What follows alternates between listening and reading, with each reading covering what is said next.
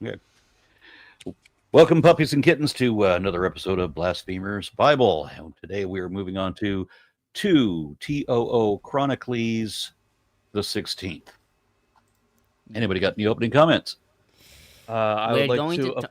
I would like to applaud how well Aaron continues to butcher all these things. So They're always in new and interesting ways too. I really appreciate the diversity of the fuckery. Well, thank I you. assume you are also part of the Church of Fuckery. I didn't know about that one, but I can be. I'm in a bunch of different churches, Oh, but I that's don't good. actually go to any of them.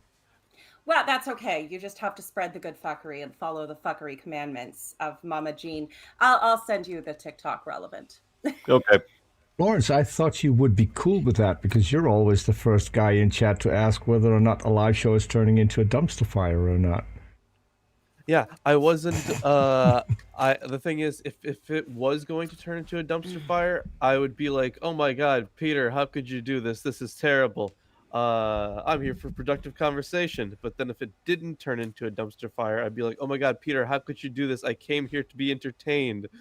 So either way, I was gonna make it your fault. Were you entertained? Because it was a dumpster fire. It was a little bit of a dumpster fire. Which one are we talking about? From was it yesterday? Thursday. Wait. The show on Thursday. Was it on Thursday or was it yesterday? I'm getting more coffee. I will be right back. You guys discuss it What amongst show are we yourselves. talking about? It was your talk with the philosophy student. Oh, that was day before yesterday. Okay. Yeah, Thursday. See? Yeah. I'm starting to doubt myself. All right. So, who is reading today? Wait, yeah, Lawrence. Yeah. Or did she just run off to get coffee? Sorry, He went to get coffee. the Lawrence cat is back. just knocked out the cord. Oh, by the way, I'm drinking cider, summer spray, because it was free. Yeah. Where's it from? How the fuck do I know? They usually say on the label.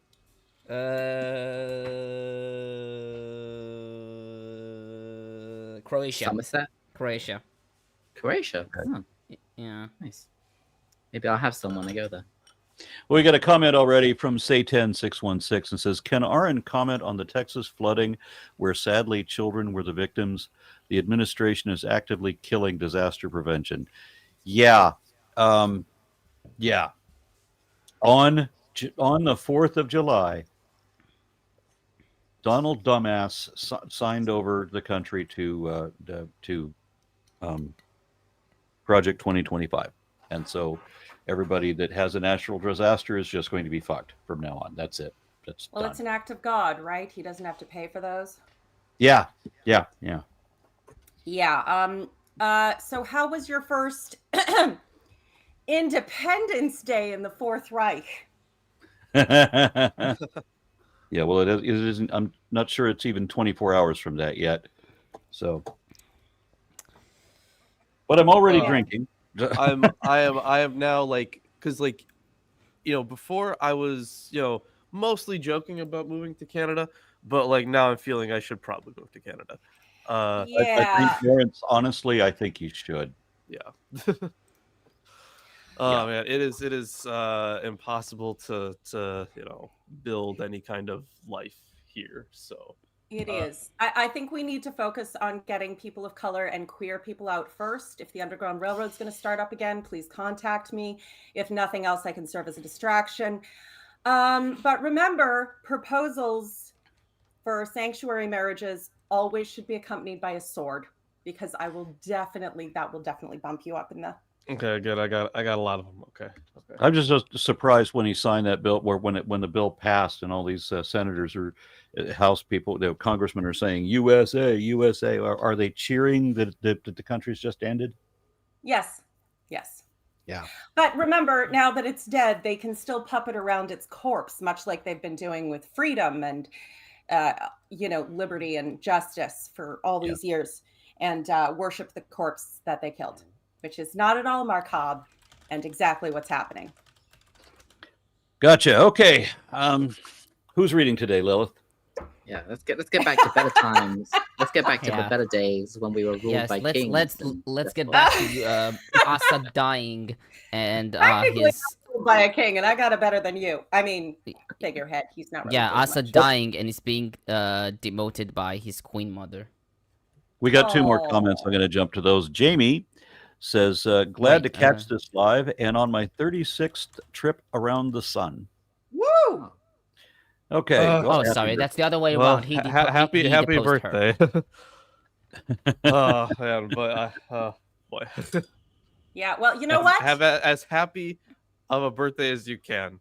We read the tales of heroes in times of adversity. Now you get to choose whether or not you have this moral fortitude to be one. So go forth And and, then, fuck them let up me good. see. My vision's not really good today. What is it? Bunny with a boner? No, bunny with a banner. Okay. Sorry. Bunny with No, a you're banner. It says, our Constitution is null and void now. We're not even a free country. Fuck Trump and all of his goons. Yeah. Yeah, I'm proud to be effectively, an yes. American, where I bought into all my jingoism without question. I don't have any freedom or liberty anymore, but I'm too dumb to realize it yet. No, at least Alligator Auschwitz, if the people rebel and overthrow the 2025, there's always the fantasy that they could house the Trumpublicans in Alligator Auschwitz. Oh, is that what they're calling it? No, My niece was telling me about some alligator Alcatraz, and I'm like, what Yeah. is she going on about? the right wing call it alligator Alcatraz, but the Oh. Lilith version is more apropos. Yeah. Then Matt White It says, is- Aaron, Lawrence, why don't we get a why don't we got a gospel according to Jesus? Couldn't he write? Paul No. could and did. Lots of other prophets did, but not the Christ. Well, that's true. We had prophets that were right. We had prophets or apostles. We had apostles that were writing gospels that couldn't read. So that's kind of impressive. Yeah, they were all Muhammad. unlettered and wrote a lot, except for Jesus. Although We he got did have a letter. He did have correspondence with someone that's not accepted as canon, but it totally is legit, I'm sure. 'Cause the I- correspondence is supposedly with the king of Edessa, but no one actually thinks that Well, Jesus wrote are that. you telling me that the creator of the universe could not write a letter to the king of Edessa? Wait, hold on, give me just a second. This cat is Like going absolutely bonkers. Jesus is God, so he also can't write anything. So You're right. he can't make Yeah. anything man-made. No. Gods are The really carpentry fucking thing was useless. just he didn't actually make things. Oh my god, I'm gonna have to move my TV. As I mentioned yesterday, he can't make a box or a book or a boat or a building, and he can't even bake a cake. I can bake a cake. I have made delicious cakes. Lemon with raspberry jam between them and whipped buttercream. It's delicious. Just divine. Yeah, All right. Ask Christians if their Jesus can, unbake a cake. If he can do that. Oh, that would be miraculous too. It would be very good. All the way to scratch. So unscramble the eggs and everything. Ooh, I would be impressed. I would be impressed. So, Lilith? Yes, Asa's last years. Let's go. Second Chronicles 16. In the 36th year of Asa's reign, Baasha, king of Israel, went up against Judah and fortified Ramah to prevent anyone from leaving or entering the territory of Asa, king of Judah. Then Asa took the silver and gold out of the treasuries of the Lord's temple and of his own palace and sent it to Ben-Hadad, king of Aram, who was ruling in Damascus. Let there be a treaty between me and you, he said, as there was between my father and your father. See, I am sending you silver and gold. Now break your treaty with Baasha, king of Israel, so he will withdraw from me. Ben-Hadad agreed with King Asa and sent the commanders of his forces against the towns of Israel. Tomer, be a dear and mute your microphone. Sorry. Oh, that's not him. Who is that? That must Peter. be That has Peter. to be Peter. Peter. Okay. All right. Yes. So Ben-Hadad agreed with King Asa and sent the commanders of his forces against the towns of Israel. And they conquered Ijon, Dan, Ebal-Maim, and all the store cities of Naphtali. And when Baasha heard this, he stopped building Ramah and abandoned his work. Then King Asa brought all the men of Judah, and they carried away from Ramah the stones and timber Baasha had been using. And with them he built up Geba and Mizpah. And at that time Hanani, the seer, came to Asa, king of Judah, and said, because you relied on the king of Aram and not on the Lord your God, the army of the king of Aram has escaped from your hand. Were not the Cushites and Libyans a mighty army with great numbers of chariots and horsemen? Yet when you relied on the Lord, he delivered them into your hand. For the eyes of the Lord range throughout the earth to strengthen those whose hearts are fully committed to him.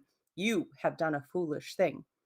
And from now on, you will be at war. And Asa was angry with the seer because of this. He was so enraged that he put him in prison. At the same time, Asa brutally oppressed some of the people. And the events of Asa's reign from beginning to end are written in the book of the kings of Judah and Israel. In the 39th year of his reign, Asa was afflicted with a disease in his feet. Though the disease was severe, even in his illness, he did not seek help from the Lord, but only from the physicians. Then in the 41st year of his reign, Asa died and rested with his fathers. They buried him in the tomb that he had cut out for himself in the city of David, and they laid him on a bier covered with spices and various blended perfumes, and they made a huge fire in his honor. Okay, I can't hear anything, Peter. You might need So don't go to physicians. Got it. Yeah, and may I just say, fuck this. Okay, in reality, I have seen people go to the Lord, and they all died. Well, there. So I found a book about the history of interpretation of Chronicles called Chronicles Through the Centuries by Blair A. French. And she notes that, I like this phrase, Christian scientists have a natural interest in Asa's feet. Oh! There is when they say that, it's, I don't know if they're talking about the scientists who are Christian, or if they're talking about the sect. The sect. Science. The Christian sect. scientists, Specifically, she writes that the founder of the Christian Science movement, Mary Baker there Eddy, you go, yeah. she maintained that sin and disease were illusions that could be dispelled through true belief in Christ. Yeah, that's And the least scientific thing. Yeah, and Silas Cobb, an early Christian Science practitioner, supported this argument in an article for the Christian Science Journal, drawing on Chronicles' account of Asa for evidence. Quote, moreover, there is no record that God or Christ Jesus made use of any material remedy to cure disease. But it is recorded that King Asa slept with his fathers after trying drugs to heal him, which would seem to indicate that it was wrong. Oh. Okay. Yeah. Yeah, this is another one of those stories where it's proven that the only thing gods do is blame people and gather credit for things they didn't do. So, yeah, if there are a group of people that I would personally condemn to the pits of hell and follow after to beat their ass, it would be faith healers. Both for what they've done to others and what they've done to my own kin. I have seen some fucked up shit, and I've heard worse. So just this argument of it's because you went to the physicians instead of the Lord. And yeah, the physicians back then, probably not that fucking great. Though it should be pointed out that there are sections in the Bible that have a favorable attitude towards physicians, such in Genesis 52, with Joseph commanding the physicians to embalm his father, and Jeremiah 8:22, and the healing work of Isaiah in 2 Kings 27, and Isaiah 38:22, and also in Sirach 38:1, honor physicians for the services for the Lord had created them. For the Lord created them, yeah. Yeah, Yeah. it turns out someone was just sensible enough to say, we maybe shouldn't fuck with the optics on just sending people away from the physicians, because then they're going to die at a higher rate. All I'm saying is, if JC Lynn is right, I'm going down to the help desk and I'm getting a list of faith healers. I'm assuming a lot of them are going to be on level 9. Maybe Sharky will lend me the bat. I want the Yeah, bat. Yeah, though it's also interesting that the Hebrew itself for physicians is rofim, which Healers. yeah, you could, but it can also be understood as maybe refaim. Klein notes Divrey raises the possibility that rofim or refaim refers to something more serious than physicians. Compare the refaim, chthonic deities in the Ugaritic literature, implying that Asa used a medium, as Saul did in 1 Samuel 28. Yeah, but in the Bible, I mean, the Rephaim are always like the giant peoples. It doesn't normally refer to like underworld beings. They do. The Rephaim, they do dwell in the underworld. There's in the Bible? BHS suggested amending to Rephaim, though. In the Bible? Yeah, there were a couple verses I think that allude to it. Oh. Yeah. But so I could see that. That's interesting. Yeah, I'm not sure. I haven't heard that. I mean, that you actually like. Sorry. Interesting. Yeah. So I'll start with the commentary if nobody else has anything to say. Yeah, I'll just say, yeah, like the traditional Jewish like thing about this is more like he wasn't condemned for using physicians. He's condemned for only using physicians and not also, asking from God about what he should do or something like that. Like Jewish people very much will go to a doctor and go to multiple doctors and stuff, but they'll also go to it's very common for, especially within Hasidic groups to go to the Rebbe to get a blessing or something. And sometimes the Rebbe will say, go to this doctor or something. And then they'll be like, that might help or whatever. They always forget the stories where it doesn't help, but confirmation bias totally isn't a thing in religion. Yeah, I'm still going to level 9 with a bat and a shit list from Sharky. So it's constant. Literally today, I'm with my family. So my mother like, oh, a story, a Rebbe story, and they're like, yeah. So some lady came to my work and she told me this story about someone she knew was in America, and her daughter. They took their daughter to the doctor because she had an ingrown toenail and she couldn't go to summer camp, and the doctor told the father that he was the doctor for the Rebbe's wife, and then the girl was like, when she came out, she's like, oh, the man who healed me, I asked the Rebbe in a letter to heal my toe, and then he sent his own doctor, and it's like, how's this a magic story? It's just coincidences and whatever. It's called I Knew a Doctor. Yeah. Yeah. It's like Jews do tend to know doctors and lawyers because they have a strong emphasis on education in their community, and I respect that. But still, I know a doctor is not magic. Yeah, it was more like that she went that morning to the burial place and sent and put in a letter saying please help me with my toe, and then her father took her that afternoon to the doctor, and the doctor turned out to be but it's it's not the biggest coincidence in the world. No, so there was a doctor well known in their community who okay, all right, that's again knowing a doctor. And also it's some person told me at work and they knew someone else whose daughter went somewhere, and the stories just get moved along and changed. It's a bit like manifesting. I mean, if you look at manifesting as orienting your own attitude and focus towards something to make yourself more effective, then okay, I guess fine. If you do that, you might actually slightly increase your chances of getting whatever the fuck it is just from your own focus.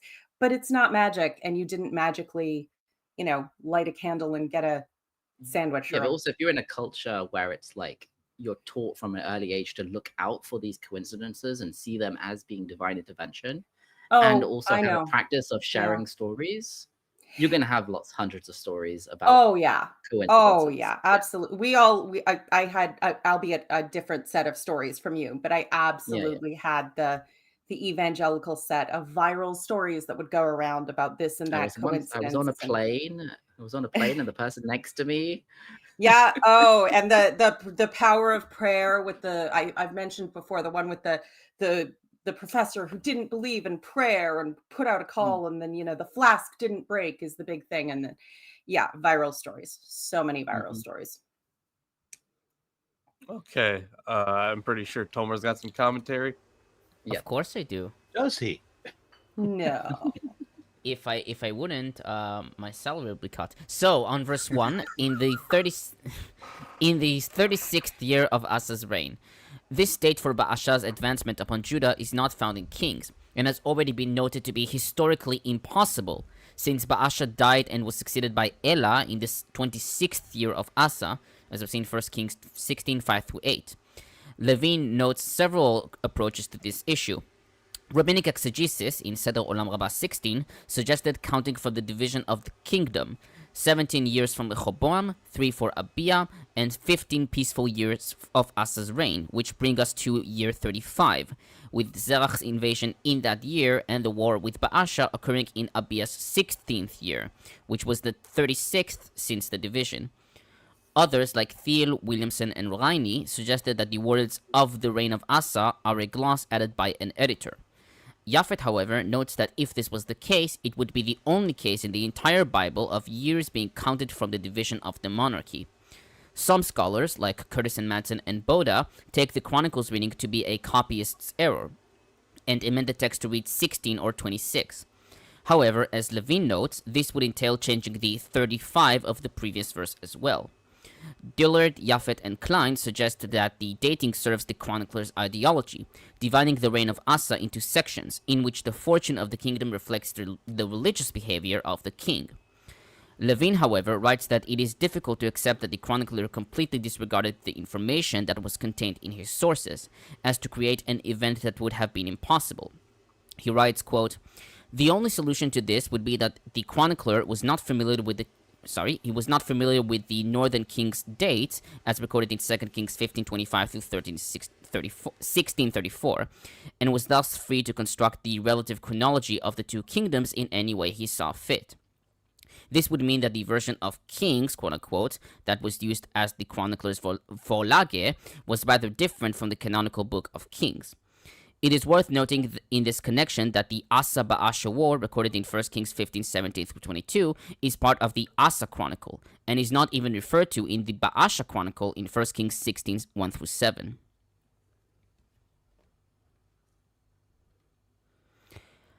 On verse 2, Japhet comments, quote, "In the face of Baasha's threat, Asa avoids any direct encounter, military or political, but turns instead to a third party. The facts of the matter, basically derived from 1 Kings 15:18, are presented by the chronicler more concisely. Ben-Hadad's patronym is shortened, and a significant change is made in the scope and definition of the money sent by Asa. 1 Kings 15:18 reads, all the silver and the gold that were left in the treasuries of the house of the Lord and the treasuries of the king's house. In short, everything found in the state's treasuries. With minimal textual intervention, the chronicler reads, silver and gold from the treasures of the house of the Lord and the king's house. That is, a certain fraction of the content of each. Also, in 1 Kings 15:19, the money is defined as a bribe, in Hebrew shochad, a pejorative word which is omitted in Chronicles. How much do you want to bet the prophet is just pissed off that the king robbed him, by which I mean he robbed God?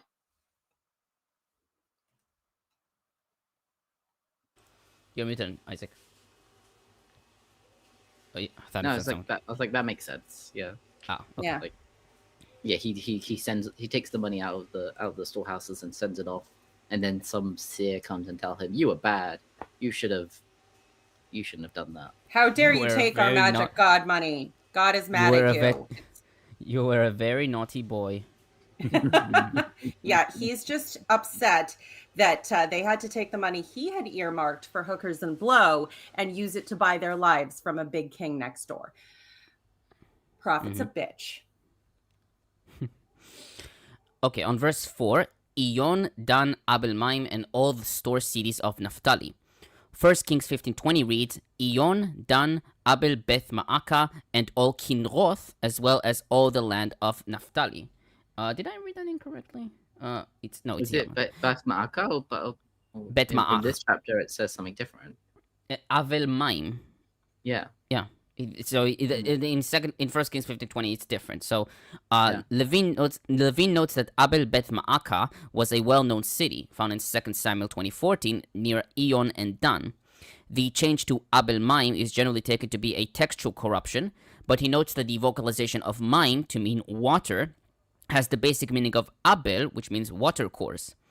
Targum reads Abel from the west, reading Miyam, probably because Ma'aka and west in Hebrew in Hebrew Ma'arav have become confused.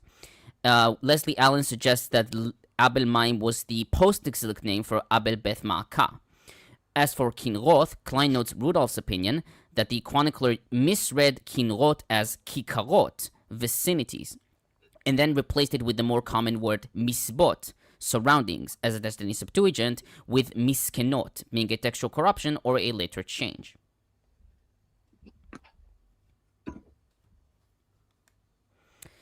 On verse 7, Hanani the seer.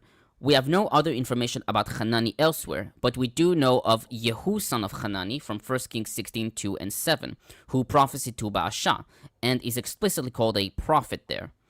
Levin notes Kill's opinion that Hanani may have come from northern Israel because of his title as seer, or that he might possibly be the father of the prophet Yehu, son of Hanani. However, Japhet writes that while there is in principle no apparent reason to deny his authenticity, the prevalent view is that he was not historical. She cites Leviticus Rabbah 6:7, quote, every prophet whose patronym was recorded, both he and his father were prophets, end quote. Klein writes that the name Hanani was created by the chronicler from Yehu, the son of Hanani. Yeah, I was wondering if he just created the character because in Kings you've got Yehu, the son of Hanani, so he was like, oh yeah, Hanani was a seer that lived just a little bit before that time. Or if it was a corruption where he accidentally copied over the father's name and not the full son of and everything. Either way, if you're going to insert a character into the narrative for your own purposes, a seer who possibly lives in the mountains alone a long time ago is pretty easy to get away with. Yeah, and also the way you said, like, he possibly isn't historical. We don't have external evidence for any of the characters yet. We got another 2 chapters, I think, until we get to historical characters. But I mean, King Baasha, King Asa, Hadadezer the First. There's no reason to think that they never existed, really. But we don't really have anything solid. Though it should be noted that all the early translations read that he was a prophet. But, I say a prophet. Yeah. I guess it depends whether you're going with like an official prophet from a prophetic school who is endorsed and possibly recorded somewhere, or like crazy dirty hermit who talks to God and screams at the sky in the mountain, because either of those could be a prophet at any given time, and one of them is significantly more likely to have a record to verify. I mean, I guess the word historical in the context here could mean like from an existing source that the chronicler was using. So they could say, like Asa and Baasha and Hadadezer. Wait, he's not called Hadadezer. What's he called? The king of Aram? It's not Baal. In what context? In this chapter? Ben Hadad, sorry. Ben Hadad, yeah. Ben Hadad, yes. Ben Hadad Hadadezer the second is called. Whatever. Yeah, so though they may be considered historical because they existed in the sources that the chronicler was using, but we don't actually have. We can't in a written source. Honestly, it reminds me a bit of how the Catholics used to have make their saints It used to be a case of if there's been stories around for 400 years and we can attribute 3 miracles to them. But like that means any legend or, that kind of thing, which can grow out of very little to do with anything historical, could then become a saint. And then they got rid of a bunch of them and got a bunch of new ones. Yeah. I don't know. Surprised at the turnover rate, but Though it should be noted that seer here in Hebrew it's haroeh, usually translated to choseh, you translate choseh to seer, and the only other roeh in Chronicles is Samuel, as we see in First Chronicles 9:22 and 26:28. So yeah, just a side note. Okay, so on that same verse, because you relied on the king of Aram, etc. Japhet notes that the accusation of reliance on a foreign king is well known from Isaiah 31:1. In the context here, Hanani presents an unexpected result of this vain trust. The army of the king of Aram has escaped you. This result is odd, given that Aram was not Asa's rival, and there was no conflict between the two. Rudolph in BHS suggested amending the army of the king of Israel. This, however, contradicts the context, where there is no record of an actual military encounter between Judah and Israel. She writes, quote, Hanani's words should be understood from a broader perspective as acknowledging the true danger to the existence of Israel and Judah. In his weakness and lack of faith, Asa's apparent success has brought upon his people the constant threat of war with Aram, and has turned Israel into a battlefield. The negative consequences of this incident shall still lie ahead.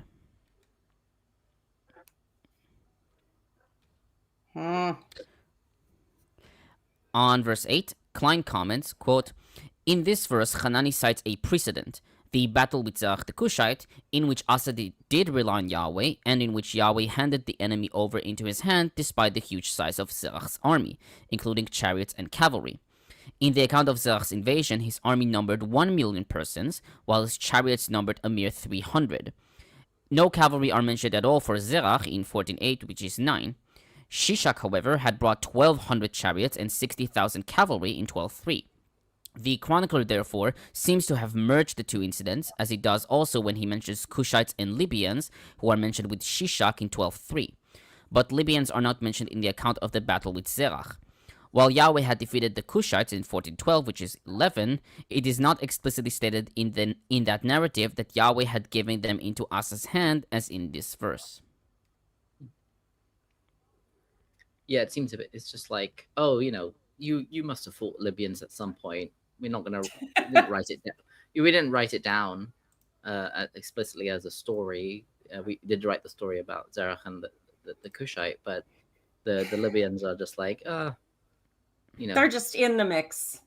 Yeah, they're in the mix. They're like not even Team Rocket. They're Team Rocket and Jason. They're just in the mix of, people you probably fucked with at some point. Yeah.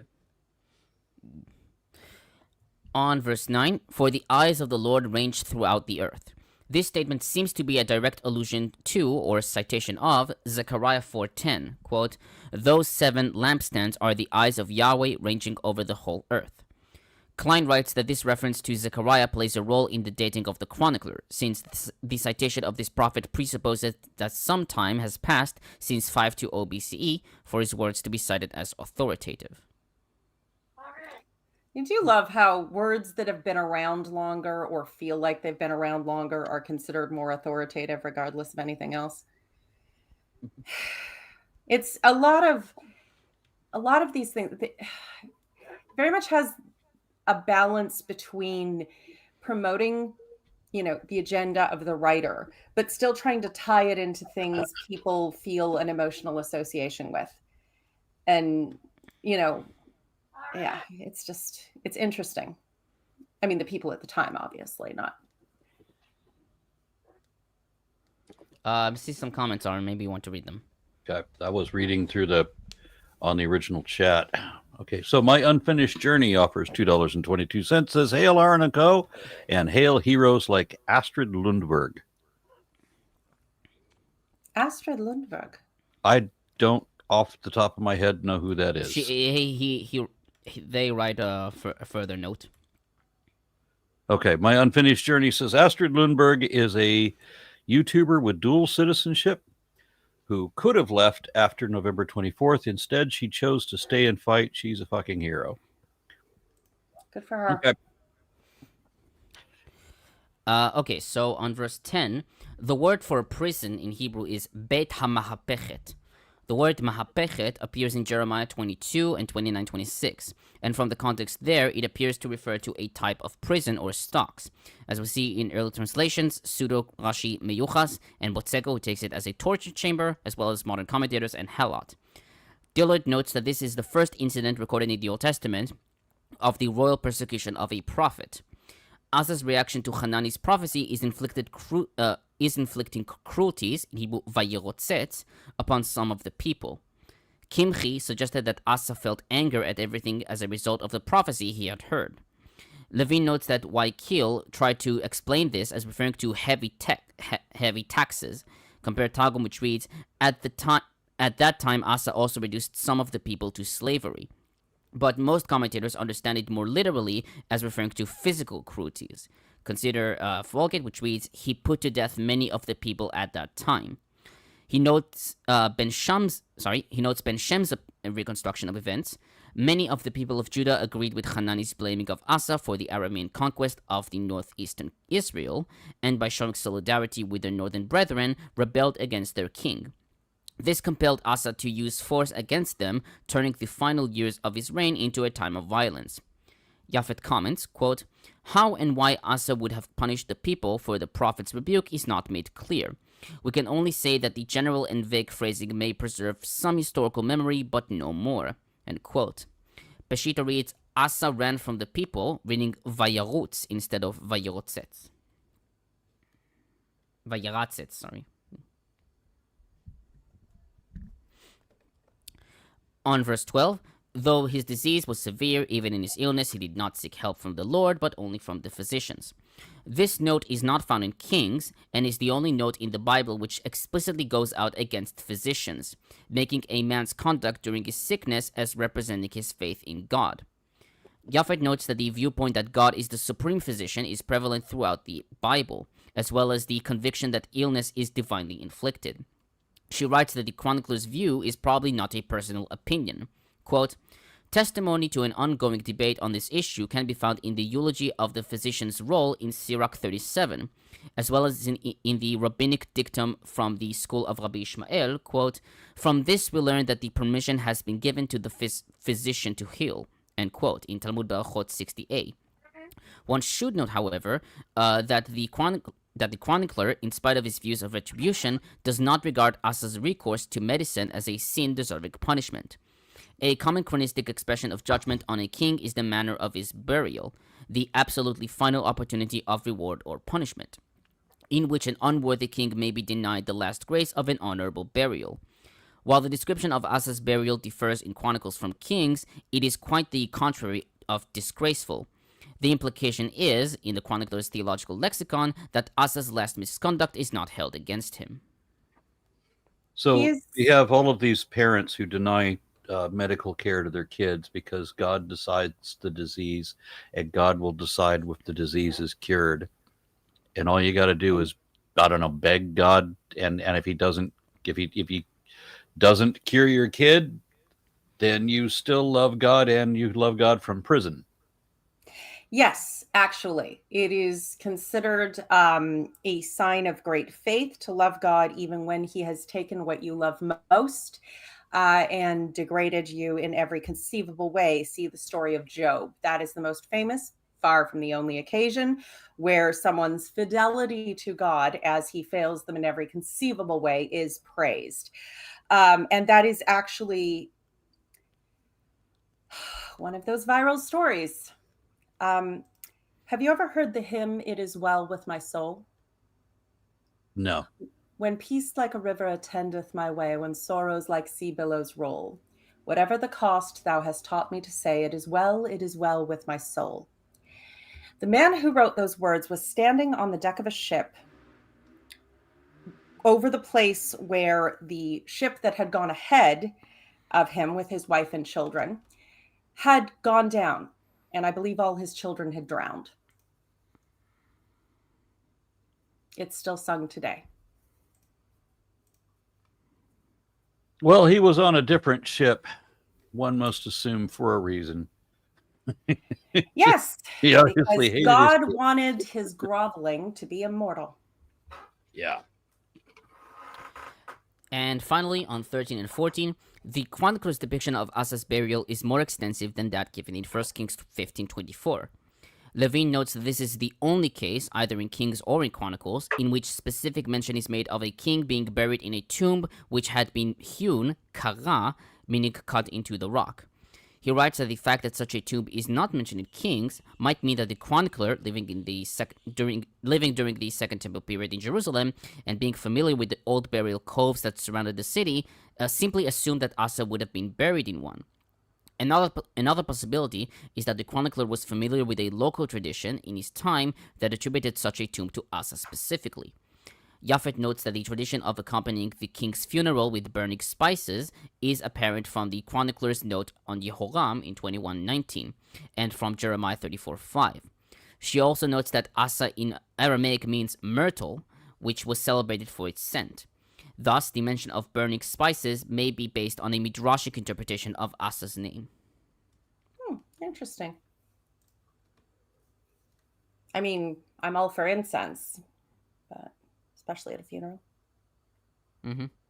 Was that the final comment, Tomer? Yeah. I don't have ancient Christians for this. Okay. All right. Let me see. Now we're moving on to 17. Yeah. Okay. We're talking about Jehoshaphat, a man who is known for jumping. Oh. Is that a reference to something that I don't know? Yes, it's an antiquated American exclamation. Not really a profanity. It made most famous, I think, by what was that? The cartoon character Yosemite Sam Oh, would often say things like yes. Jehoshaphat. okay. I see. Yeah. Okay. Well, I'm going to read this one all the way through. Yes, sure. 19 Okay. verses. Jehoshaphat, his son, succeeded him as king and strengthened himself against Israel. He stationed troops in all the fortified cities of Judah and put garrisons in Judah and in the towns of Ephraim that his father Asa had captured. The Lord was with Jehoshaphat because he followed the ways of his father David before him. He did not consult the Baals, but sought the God of his father and followed his commands rather than the practices of Israel. The Lord established the kingdom under his control, and all Judah brought gifts to Jehoshaphat so that he had great wealth and honor. His heart was devoted to the ways of the Lord. Furthermore, he removed the high places and the Asherah poles from Judah. There's an awful lot of Asherah poles.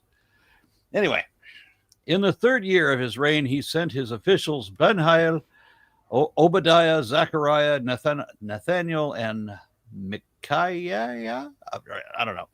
Micaiah. How do you say that? Micaiah. In Hebrew, it's Michayahu, but I'll give you a pass. Thank you. Much appreciated. To teach the towns of Judah. With them were certain Levites, Shemaiah, Nathaniah, Zebediah, Asahel, and Shemiramoth. I remember that one fought Godzilla. Jonathan, Adonijah, Tobijah, and Tobadonijah. That's an interesting one. And the priests, Elishama and Jehoram. They taught throughout Judah, taking with them the book of the law of the Lord. They went around all the towns of Judah and taught the people. The fear of the Lord fell on all the kingdoms of the land surrounding Judah, so that they did not go to war against Jehoshaphat. So we see how all of this is being used as military propaganda. That's what religion is for, I think. Some Philistines brought Jehoshaphat gifts and silver as tribute, and the Arabs brought him flocks, 7,700 rams and 7,700 goats. And we know those are real numbers, round numbers, and not symbolic in any way. Jehoshaphat became more and more powerful. He built forts and store cities in Judah, and he had large supplies in the towns of Judah. He also kept experiencing He kept experienced fighting men in Jerusalem. Their enrollment by families was as follows. From Judah, commanders of units of 1,000, Adnah, from Judah, commanders of units of 1,000, Adnah, okay, so this is the beginning of the list. All right. Adnah, the commander with 300,000 fighting men. Then Jehohanan, the commander with 280,000. Then Amasiah, son of Zichri, who volunteered himself for the service of the Lord with 200,000. From Benjamin, Eliada, a valiant soldier with 200,000 men armed with bows and shields. Next, Jehozabad with 180,000 men armed for battle, because that's all we do when we serve the Lord. These were the men who served the king, besides those he stationed in the fortified cities throughout Judah. So this chapters 17 through 20 are all about the reign of Jehoshaphat, and which is more than any other king except Hezekiah, which probably indicates to the chronicler at least that he was kind of important, in my opinion. That's a fair assumption or conclusion. Yeah, because it seems that most of this stuff is from the chronicler directly. Because for the rest of the kings, we usually have slight rewrites maybe of the king's narrative, but in this case, this is mostly from the chronicler himself. This is in his weird campaign to make a lot of kings look a lot better than Kings presents them to be. That does seem to be part of it. It's all propaganda, and that fact alone tells you a lot about how to understand it. But at the same time, it just occurred to me how similar this would be to every other nation at that time, who would also include their gods in credit for whatever shit that god is supposed to be in charge of. And I wouldn't have a problem with it because these days nobody's trying to run my life based on the worship of those gods. Okay, so I'll start with verse 3. Klein notes that the assistance formula, Yahweh was with him, is also used of David in 1 Chronicles 11:9, Solomon in 2 Chronicles 1:1, Abiah and Judah in 13:12, and Asa in 15:9. In this case, the formula comes as a consequence of Jehoshaphat's good behavior. He notes that the chronicler compares a king to one or more of his predecessors on several occasions. David's name does not appear in Septuagint and in several Hebrew manuscripts, specifically Kennicott 356, 528, 531, which leads some scholars like Dillard, Japhet, and Klein to remove it from the text, and thus the reference is to Asa, Jehoshaphat's father. Levin, however, rejects this emendation.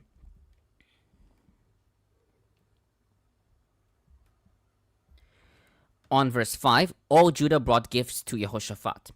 Japhet comments, quote, "This is an unusual statement, the only instance, in fact, of a people bringing tribute to their own king. Only of Saul it is said, they despised him and brought him no present, in Hebrew mincha, in 1 Samuel 10:27. The question is how to interpret the word mincha, and the unique phenomena remarked here. Bringing tribute was standard procedure between rulers and their subordinate states, and was therefore a tax. Compare Judges 3:15, 2 Samuel 8:2 and 6, 1 Kings 4:21, which is 5:1 in the Masoretic text, etc. It is unclear if the reference here is to a tax which the king exacted from the people, and if the fact that such a tax is not mentioned anywhere else is a coincidence or an innovation in the time of Jehoshaphat. The word mincha in the Bible is used in the general sense of gift, as we see in Genesis 32:14, etc., and this may be its meaning in the present context, i.e. expressing goodwill and honor towards Jehoshaphat, which was the basis for his great riches. The two interpretations are possible, but we do not have sufficient data to answer the question. It seems Because I don't know, if you read this, the manners seem to be to state that everything is voluntary and a gift and generous, even if it really isn't, like it's tribute or a bribe. But we never say that. It's not courteous to call it that. We say, oh, please accept this entirely voluntary gift that I give you out of the goodness of my heart. And the subtext is, yeah, please don't kill me. Here's a bribe. But it's very courtly manners vibes with that. So I don't know. And kings have received gifts from their people, particularly, sort of the one grade down ruling class. You look at Henry VIII and his list of Christmas presents in the Tudor century, same kind of thing. It's like voluntary, technically, highly advised.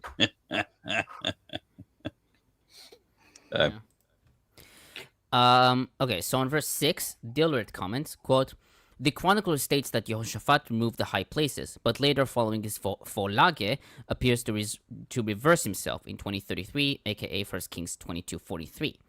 The same apparent contradiction occurs in the chronicler's account of Asa's reign in 14:2, which is 3, and 15:17. One way this contradiction has been handled is by suggesting that only the statements that the kings removed the high places were original with the chronicler, as was seen 14:2 and 17:6, and that the contradictory statements were introduced only later by another editor inserting material from the parallel history, i.e. 15:17, which is 1 Kings 15:14, and 20:33, which is 1 Kings 22:43.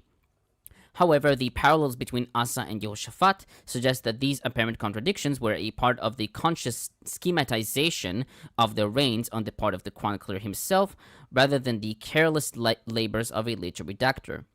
Alternative explanations apply equally well for these historical difficulties in the case of both kings.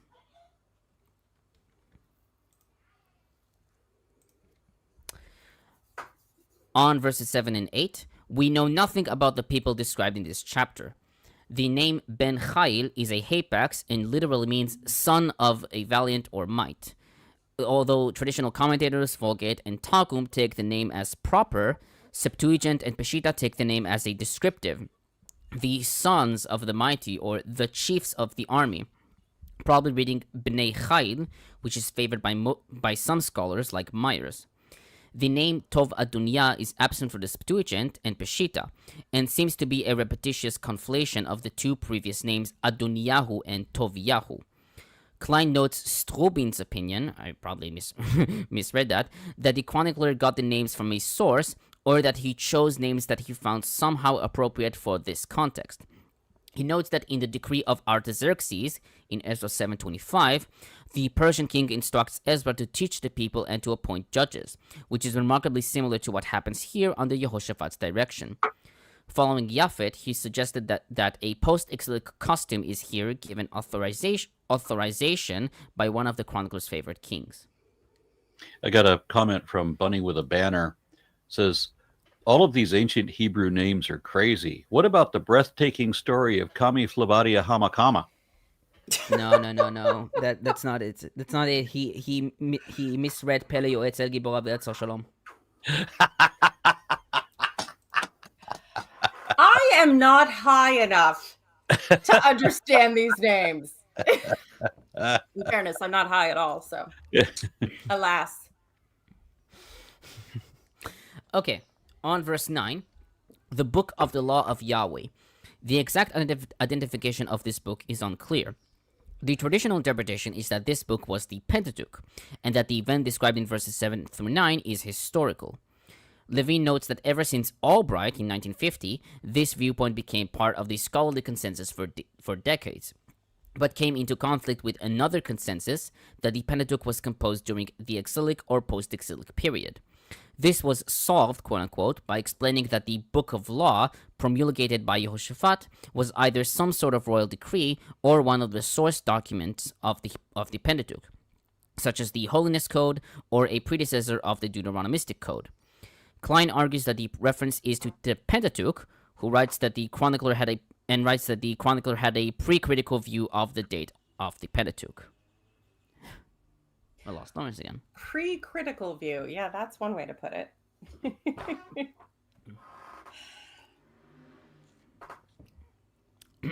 On verse 11, the Arabs. In Hebrew, it's Araviim. If I read this correctly, Araviim. Early translations render Arabs, and one Hebrew manuscript, Palma 2345, has the usual Aravim. Dillard writes that the Arabs were probably the desert tribes south and southwest of Judah in territory contiguous with the Philistines. Contiguous, fuck English. They inhabited the reign where Asa had fought his campaign against Serach in 14:9-15, and their paying tribute to Jehoshaphat may derive largely from his father's earlier victories in the area. Levin, based on Ephal, writes that the use of the term Arab evolved gradually from a term for a very specific group of nomads in northern Arabia in the 9th century to a general term for all desert nomads in the 6th and especially the 5th. The chronicler's use of Arabs to designate the nomads of the southern coastal plain and the western Negev would seem to be anachronistic, reflecting the presence of the Kedarites and other Arabs, quote-unquote, in the area in the Persian period. He writes, however, that this does not preclude his having knowledge of 9th century historical events and then framing them in language that would be familiar to his audience.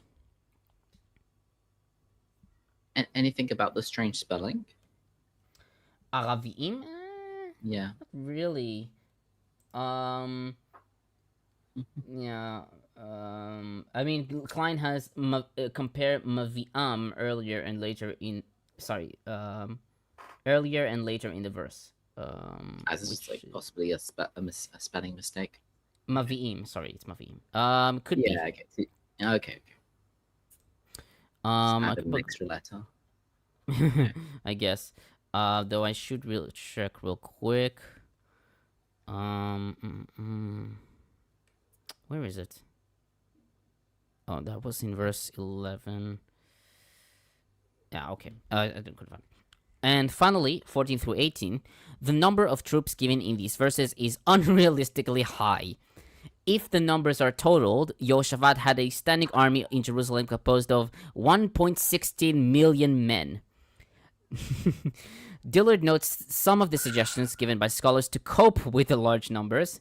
Yes, he uses cope. 1. Elef is a military unit composed of less than 1,000 men. 2. The text does not intend that all were quartered in Jerusalem at the same time, but only that the respective divisions served on rotation, or that each division was represented by a smaller number of troops. Japhet notes that the 300,000 and 280,000 are the same as the numbers given for Judah and Benjamin respectively in Asa's army in 14:7, which is 8 in the Old Testament. The total is twice as large as Asa's total and is larger than the army of any king except for David, who had 1.1 million men who drew the sword from Israel, and another 470,000 or 470,000 from Judah in 1 Chronicles 21:5. She writes, quote, although quantitatively probably too high, these numbers seem to reflect some method, the basis of which for the time being we may not be able to clarify, end quote. Klein writes that the large numbers in Chronicles are simply exaggerations, indicating Jehoshaphat's high standing before God. Yeah, it wasn't 180 alofim thousands. It was 180 guys who thought that they were alphas. Oh, come on. I mean, alpha and honey. aloof is pretty much the same word in that sense. Yeah, if you have an army made up of alpha dude bros, you don't have an army. You just have a bunch of whiners. Right. Yeah. A lot of armies are like that. Mm. I think. So we have no Lawrence for the Yes. moment. What happened to Lawrence? His The computer aliens. his computer was shut down like twice today. So His cats. Possibly, definitely an option. he always Possibly. he always says that he needs a new computer, so probably he's poor. It's either the cats or some other fauna from the labyrinth that we haven't seen yet. Yeah. All right, then, Isaac, you want to take the next one? Fairies. Sure. Okay. Chapter Read the whole chapter. 18. So this is we should be getting some actual extra biblically, what's the word? Historical people again. Okay, Again. chapter 18. Yeah, because we already So, mentioned so in other words, people who really existed. that we We've have all- People that we actual have evidence of. evidence really existed outside Yeah. extra biblical. Yeah, I mean, like evidence. Basha, Asa, like some of the characters in the last couple of chapters probably existed. We just don't have actual hard evidence. But chapter 18 we will have at least one character. Oh, so Jehoshaphat had wealth and honor in abundance, and he allied himself by marriage to Ahav. After some years had passed, he came to visit Ahav at Samaria. Ahav slaughtered sheep and oxen in abundance for him and for the people with him, and persuaded him to march against Ramoth Gilead. King Ahav of Israel said to King Jehoshaphat of Judah, "Will you accompany me to Ramoth Gilead?" He answered him, "I will do what you do. My troops shall be your troops, and shall accompany you in battle." Jehoshaphat then said to the king of Israel, "But first inquire for the word of the Lord." So the king of Israel gathered the prophets, 400 men, and asked them, "Shall I march upon Ramoth Gilead for battle, or shall I not?" "March," they said, "and God will deliver it into the king's hands." Then Jehoshaphat asked, "Is there not another prophet of the Lord here through whom we can inquire?" And the king of Israel answered Jehoshaphat, "There is one more man through whom we can inquire of the Lord, but I hate him, because he never prophesies against anything good for me, but always misfortune. He is Micaiah, son of Yimla." Jehoshaphat replied, "Let the king not say such a thing." So the king of Israel summoned an officer and said, "Bring Micaiah, son of Yimla, at once." The king of Israel and King Jehoshaphat of Judah, wearing their robes, were seated on their thrones, situated in the threshing floor at the entrance of the gate of Samaria, and all the prophets were prophesying before them.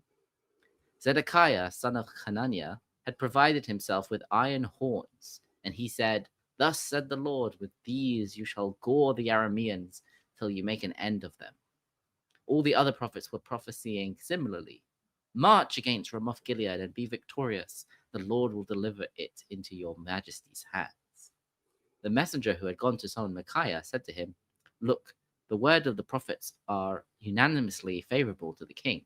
Let your word be like the rest of them. Speak a favorable word." "By the life of the Lord," Micaiah answered, "I will speak only what my God tells me." When he came before the king said to him, Micah, "Shall we march against Ramoth Gilead for battle, or shall we not?" He answered him, "March and be victorious. They will be delivered into your hands." The king said to him, "How many times must I adjure you to tell me nothing but the truth in the name of the Lord?" Then he said, "I saw all Israel scattered over the hills like sheep, without a shepherd. And the Lord said, 'These have no master. Let everyone return to his home in safety.'" The king of Israel said to Jehoshaphat, "Did I not tell you that he would not prophesy a good fortune for me, but only misfortune?" Then he said, "Indeed, hear now the word of the Lord. I saw the Lord seated upon his throne, with all the host of the heaven standing in attendance to the right and to the left of him. The Lord asked, 'Who will entice King Ahav of Israel so that he will march and fall at Ramoth Gilead?' Then one said this, and another said that, until a certain spirit came forward and stood before the Lord and said, 'I will entice him.' 'How?' said the Lord to him. And he replied, 'I will go forth and become a lying spirit in the mouth of all of his prophets.' Then he said, 'You will entice with success. Go forth and do it.' Thus the Lord had put a lying spirit in the mouth of all of these prophets of yours. The Lord has decreed misfortune for you." Thereupon Zedekiah, son of Kenana, came up and struck Micaiah on the cheek and exclaimed, "However did the Spirit of the Lord pass from me to speak with you?" Micaiah replied, "You will see on the day when you try to hide in the innermost room." Then the king of Israel said, "Take Micaiah and return him over to Ammon, the governor of the city, and to Prince Joash, and say, 'The king's orders are, put this fellow in prison, and let his fare be scant bread and scant water until I come home safe.'" To which Micaiah retorted, "If you ever come home safe, the Lord has not spoken through me." He said further, "Listen, all you peoples. The king of Israel and King Jehoshaphat of Judah marched against Ramoth Gilead. looks like it cut off here. Yeah, it kind of cut off, but we'll get to that. He said further, "Listen, all you peoples," and I guess they grabbed him and put a muzzle. Okay, the king of Israel and King Jehoshaphat of Judah marched against Ramoth Gilead. The king of Israel said to Jehoshaphat, "I will disguise myself and go into the battle, but you wear your robes." So the king of Israel disguised himself, and they went into battle. The king of Aram had given these instructions to his chariot officers: "Do not attack anyone, small or great, except the king of Israel." When the chariot officers saw Jehoshaphat, whom they took for the king of Israel, they wheeled around to attack him. And Jehoshaphat cried out, and the Lord helped him, and God diverted them from him. And when the chariot officers realized that he was not the king of Israel, they gave up the pursuit. Then a man drew his bow at random and hit the king of Israel between the plates of the armor. And he said to his charioteer, "Turn around and get me behind the lines. I am wounded." The battle raged all day long, and the king remained propped up in the chariot facing Aram until dusk. He died as the sun was setting. So this is basically a repetition of 1 Kings 22 with slight differences. Yeah. So I It is. didn't. I have a question about the JPS specifically. Does it also use what the thing the Christians do, where if it's El, they say God, and if it's Yahweh, they say the Lord in all caps? Because here in the one I'm reading, I can distinctly see the difference between God and the Lord in the all caps, the Lord, which means Yahweh or the Tetragrammaton. And that this is very clearly talking about two different gods, because why would you need another prophet if you've already had 4 prophets or 400 prophets? And again, same story with, although I think that was Elisha rather than Micah as the prophet that, spoke for Yahweh. But again, this is a story I've talked about several times in its various forms, where it's very clear these two kingdoms have two different gods, and they're not, there's nothing, it's very clear. They're two different gods that they are praying to. And then they're saying, oh, well, actually, you're being deceived because yada, yada, yada, yada.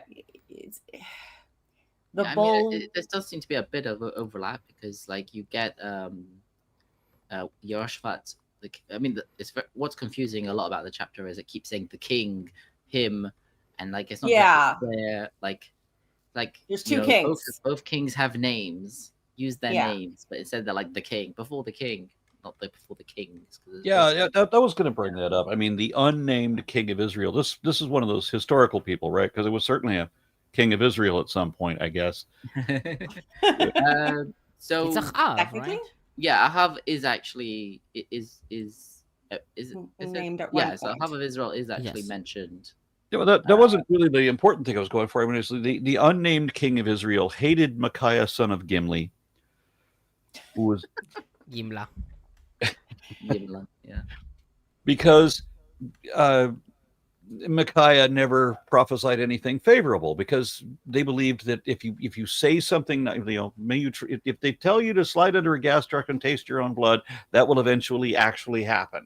So they're thinking that things happen because you say they're going to happen, or because you make a wish for it. So you have to pose best wishes, because you can literally tell somebody to have a nice day and cause them to have a nice day because you said that.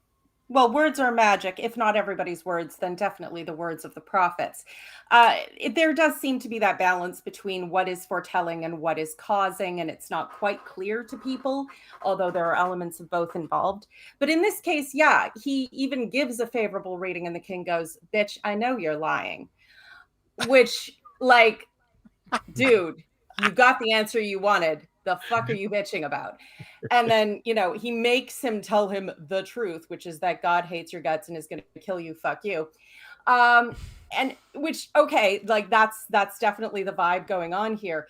But at the same time, it's, and then the symbol for the northern god El with the horns, and with these horns, he will gore the blah, blah, blah. And, the guy running around with the props.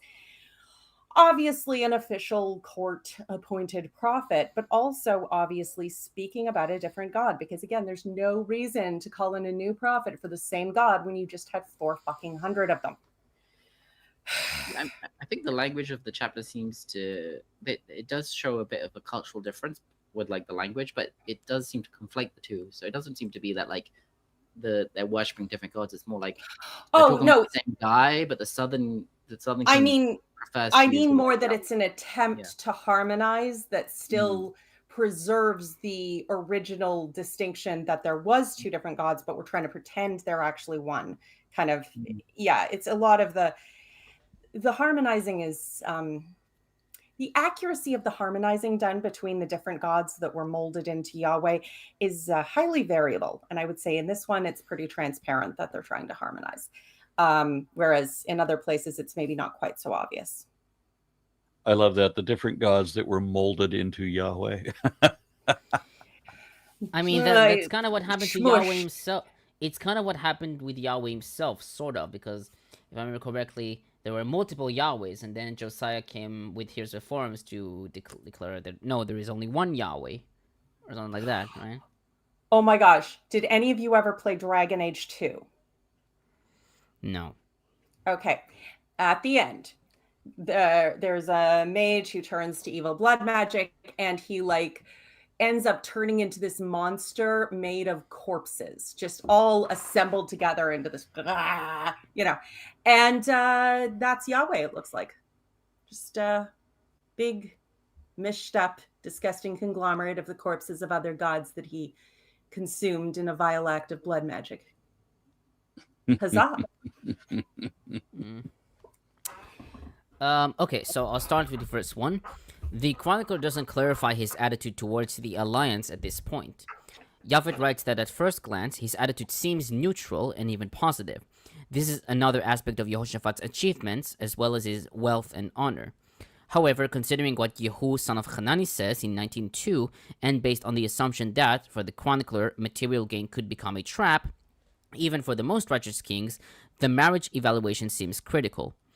Boda comments, quote, "The relationship between Jehoshaphat and Achab was clearly based upon the mutual need for military resources, whether that meant a non-aggression pact, which would free up military resources to pursue an enemy, as appears to be the case in the treaty between Asa and Ben-Hadad in 16:2 and 3.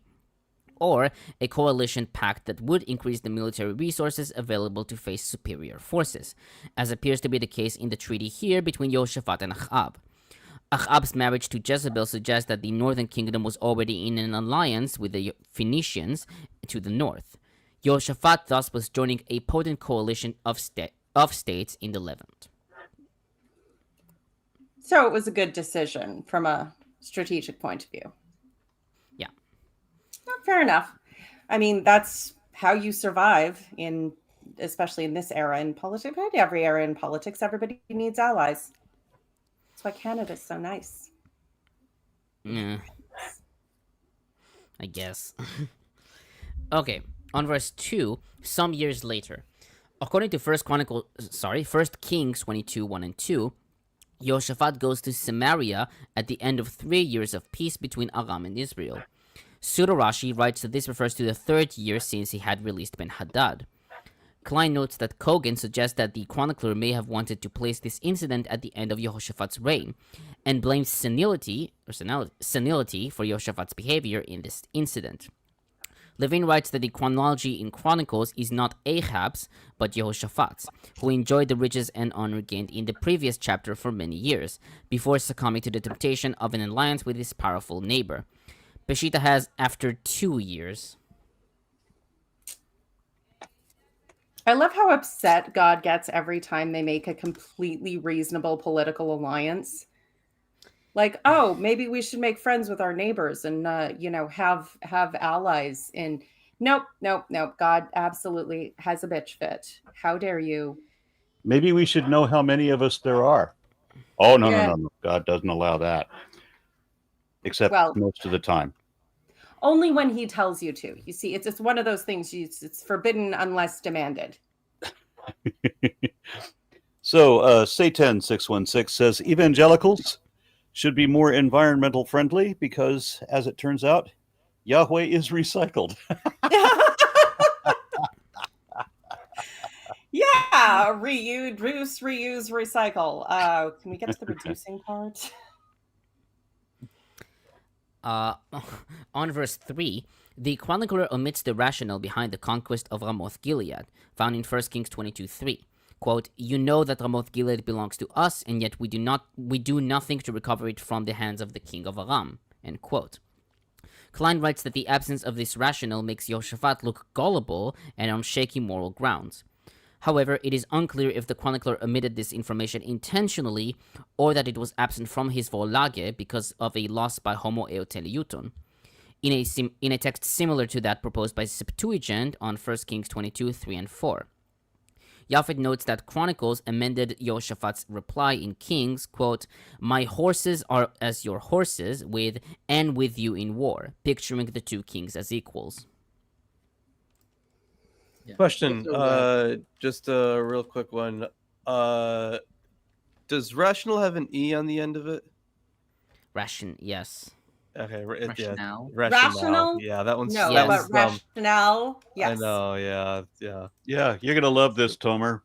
You put the silent E that normally changes the pronunciation of the vowel on the end of rational, and it doesn't make rationale, but it makes No. rationale. Yeah, it's Rational, stupid. yes, I know. It just changes the stress. Yeah. It's not my fault that we don't have Old English anymore. Rationale. Rationale. Rationale. Yeah, that was well. Yeah. We It's blame the interesting 'cause a French. lot of- Look, all the French words they pronounce a bit more French. Yeah. The French You made hear like it even more incoherent because they love their unpronounced letters. Yeah, every single time I look at like a French paper, I'm like, I don't even want to learn to read this fucking language. You know, I mean, I do agree with you because as I learned from Memory TV, French is a waste of time. Yeah, that French is that not a meme- waste of time. It's just not for a bitch. You're in Canada. Mm-hmm. Well, she's Yo, on you the wanna- other side. You want to fuck with our French people? You go right ahead. I'll just enjoy the show. I don't want to fuck with them. I just it's want to learn their less of a waste language. of time to learn French in Canada, I guess. Yeah, she's all the way over on the west side of Canada, so she's apparently not aware of the far east side of Canada where French is kind of relevant. I am perfectly well aware of. I just said that French was not for bitches. However, the Norman influence on the English language is a completely separate issue and far more ancient than the province of Quebec or any of the subsidiary Francophone areas of Canada. Yeah, they still speak something that is recognizable as French in French Canada, but it's not exactly the same. I do find it funny that they. French, but I do find it funny how. Excuse me. Why are we talking about this? Like, I don't know, you brought it up. No, I didn't bring this up. Lawrence brought this up. It's off topic. You did. Okay. You said French is a waste of time. Sorry. No, I said French is a waste of time because we were talking about French for some reason. Okay. Anyways, okay. Let's. Because you were bitching about English. Let's. Yeah, move because English back fucking on the- sucks. On the path. Okay. About this chapter that in the Chronicler that's interesting is we have Ahab, who, by the way, is we do have extra biblical evidence of him existing, but also his father. Where is Omri? In Chronicles? Yeah, where is Omri? He's not relevant because Chronicles is about the kings of Judah, not of Israel. Yeah, but Omri was it there for a says long something. time, wasn't he? Yeah, Like, but Well, Was they a reference lot one of king the of things- Israel, like there is no. well, not one, but Before they. Omri was. I mean, there is. Tivni and Sorry. there's a few. Zimri. Yeah, but I don't. The only instance of Omri mentioned in Chronicles is in Second Chronicles 22:2, and his mother about Ahaziah, whose mother's name was Athaliah's daughter of Omri. Which Which makes sense because the house of Omri is actually mentioned in like the Mesha Stella or something like that. Yeah. Ashes Steel. No, but you can tell how focused this is on like Yeah. the side that won out, the region that ended Oh, up yeah. winning. Yeah. But no, also we have a guy that we have Asa fights Baasha, and then Asa's son Jehoshaphat is allied with Ahav, which is like 5 kings later than Baasha. And yes, there was a lot of assassinations and stuff, but Aaron, your dinosaur is calling you. Don't acknowledge. Whenever I bring anything into this room, that food, beverage, whatever, he demands some of it. He doesn't get the As beverages, we all are. but he demands it. Maybe he just wants to knock his beak on the bottle or something. Yeah. Class. Tribute for the dinosaur. Yeah, okay. I mean, yes. yeah, it's fair that it's focusing on the kings of Judah. You do also get the whole, like, he keeps calling the king of Israel just the king of Israel, like he's not important. But we do have his whole death scene and everything, so like, whatever. Okay, on verse 14, Dillard comments, quote, "The chronicler may have introduced one minor change in this verse in light of his theological concerns. 3 different times the writer of Kings records the urging of the prophets to attack Ramoth Gilead, for Yahweh will deliver it into the hands of the king in 1 Kings 22 verses 6, 12, and 15. The chronicler has copied him in the first 2 instances in 18, 5, and 11. However, in this last case, the chronicler had made one modification. Rather than Yahweh will deliver it into the king's hands, he has written, it will be delivered into the king's hand. Even though the author is using irony, for the chronicler, Yahweh's name must be divorced from this false utterance in the mouth of a true prophet." You wonder how sarcastic the pronunciation must have been of that for him to call it out. Like, yes, by all means, go attack. It will be given into your hand. It's just how I'm envisioning it.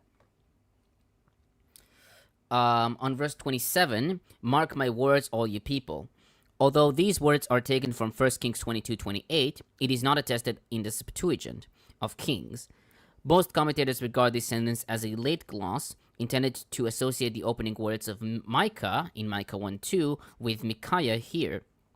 Klein writes that since Micaiah's second sentence is present in both Masoretic text and Septuagint of Chronicles, we can speculate that the gloss was first made in Chronicles, then added to Kings. He writes that in this context, the gloss also invites peoples everywhere to attest to Micaiah's authenticity.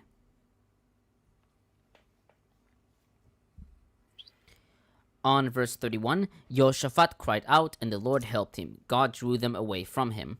1 Kings 22:32 mentions that Jehoshaphat cried out, quote unquote, but it is not specified to whom. In Chronicles, the cry is constructed as a prayer, which leads to divine intervention or retribution, though Pseudo-Rashi argues that this is not a call for prayer, but rather a call for his armies to come to his aid. Levin notes that this is usually taken as an interpretive addition by the chronicler's own hand, although the words, "and the Lord helped him," do not appear in the Lucianic recension of Kings, which may indicate that it was already in the chronicler's source. However, the second clause, "God drew them away from him," was probably added by the chronicler, which, as Klein notes, makes Yahweh use deceit in this cause. This, quote, "questionable divine behavior," end quote, may have led to Septuagint, Vulgate, and Peshitta reading, "and he turned them away," probably to exonerate Yahweh of the charge of deceit. Also, I mean, that's far from the most deceptive thing Yahweh has done. Just making this is not the king you're looking for. That's yeah. He has done way more dishonest shit than that. well, I mean, the whole story with the witch angel will be the evil spirit to cause the kings to go up. Yeah, 5 minutes ago. Yeah. I can't lie to them. You go lie to them. Okay. And finally, on 34, in Chronicles, Ahab's death is described in only one verse. In Kings, 6 verses are used to describe his death, with Ahab's blood flowing into the chariot, with the army shouting, "Every man to his own town, every man to his own district." Ahab is brought to Samaria, but the dogs licked up his blood and the prostitutes washed themselves in it. The part of the dogs fulfilled what Elijah said in 1 Kings 21:19. Levin writes that since in Chronicles, the whole story is about Jehoshaphat rather than Ahab, the details regarding Ahab's death are minimized, and those of his burial and succession are simply ignored. Since the chronicler did not recount Elijah's prophecy, there is no need to tell of its fulfillment. He writes that the only surprise here is that the chronicler neglected to point out the fulfillment of Micaiah's prediction to Ahab. Are we ever told what happens to Micaiah in this version of the story, or is he just presumed to have been abandoned to starve in prison? No, I don't think we know. I mean, I think the Well, I traditional guess view is if that they came back and, if they come back and the king is dead, then I guess they might have released him. Like, He was right. yeah. But in my experience, when you're right, that doesn't actually make people nicer to you. Yeah, that's it. No ancient Christians. Well, that's some comfort. Okay, yep. And I will jump on to the next chapter then. Let's see if we can get through this fucking thing. Well, maybe we should hit some of these comments. Oh, I didn't notice. Yep. Okay. All right. So we have Bunny with a banner says, also, wasn't Yahweh originally the Canaanite Hebrew god of war, and then he was adapted as the god of everything? That would Yes. explain why he's such a bloodthirsty tyrant. Kind of, yeah. So the That's part of it. But on the thing is, there are no Canaanite sources that talk about Yahweh, but we do have there are hints in the Bible pointing to Yahweh coming from the south. And in archaeology, the town of we have, Yahoo. but not necessarily In- Canaanite. But Yeah, like the not Shah necessarily and the- Canaanite, but No, what South probably what it looks like happened, and I mean there are different hypotheses about this, but the idea is that Yahweh was initially a god in the southern region, and then when people from the south moved into Israel, they they integrated their god into the Canaanite mythos. So they still believed in the Canaanite gods. However, you start seeing this well, I forget which scholar uses this phrase, but divine cannibalism, where Yup. where Yahweh starts It's a God eat taking God on world. the attributes of other deities. So the same thing happened with Baal and El. When Baal was becoming more popular, he started taking the attributes of the high god El. And then when Yahweh came into the region, he started taking up the attributes of Baal and a couple from El. But Yeah, well, he sort of cannibalized the cannibalism. At least, although Baal was originally a god of rain and harvest and stuff too, without stealing that from El. And so that's part of the reason that whole, drought and Yahweh proving his might over Baal was such a big deal. Yeah, the earliest iteration of Yahweh would have been a war and storm god. Yeah.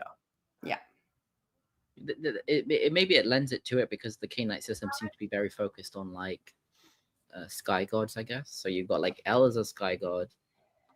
Baal is kind of also a sky god. He's a storm, fertility, Rain. god.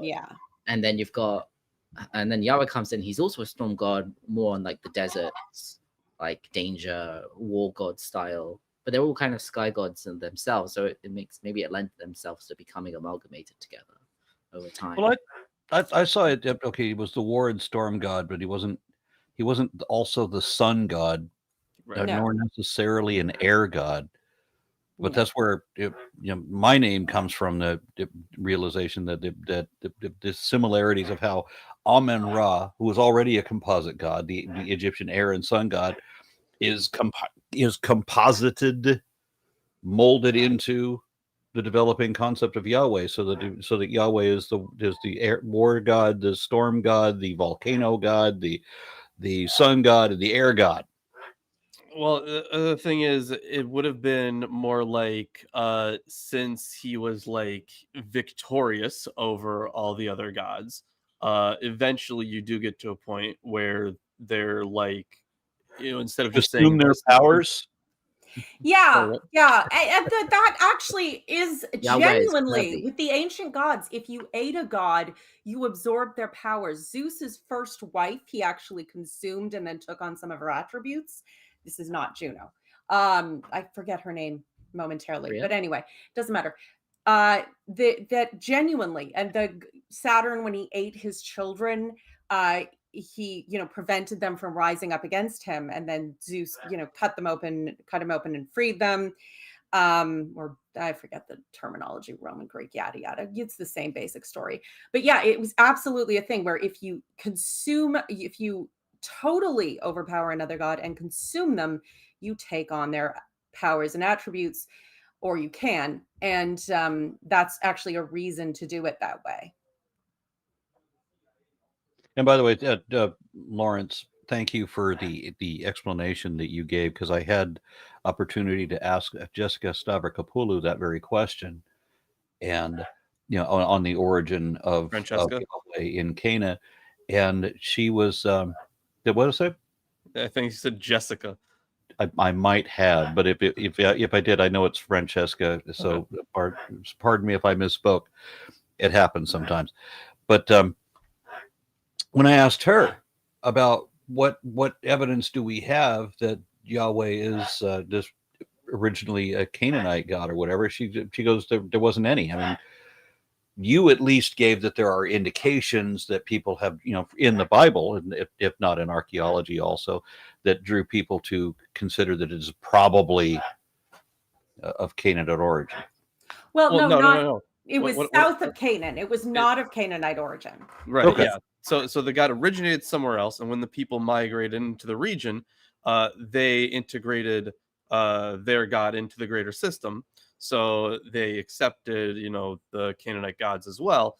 But then, kind of Yahweh became the main. Yahweh was always the main deity, right? But then he kind of gained more and more. What's the word I'm looking for? Attributes. I mean, yeah, more and more attributes, but he gained more and more like a higher position.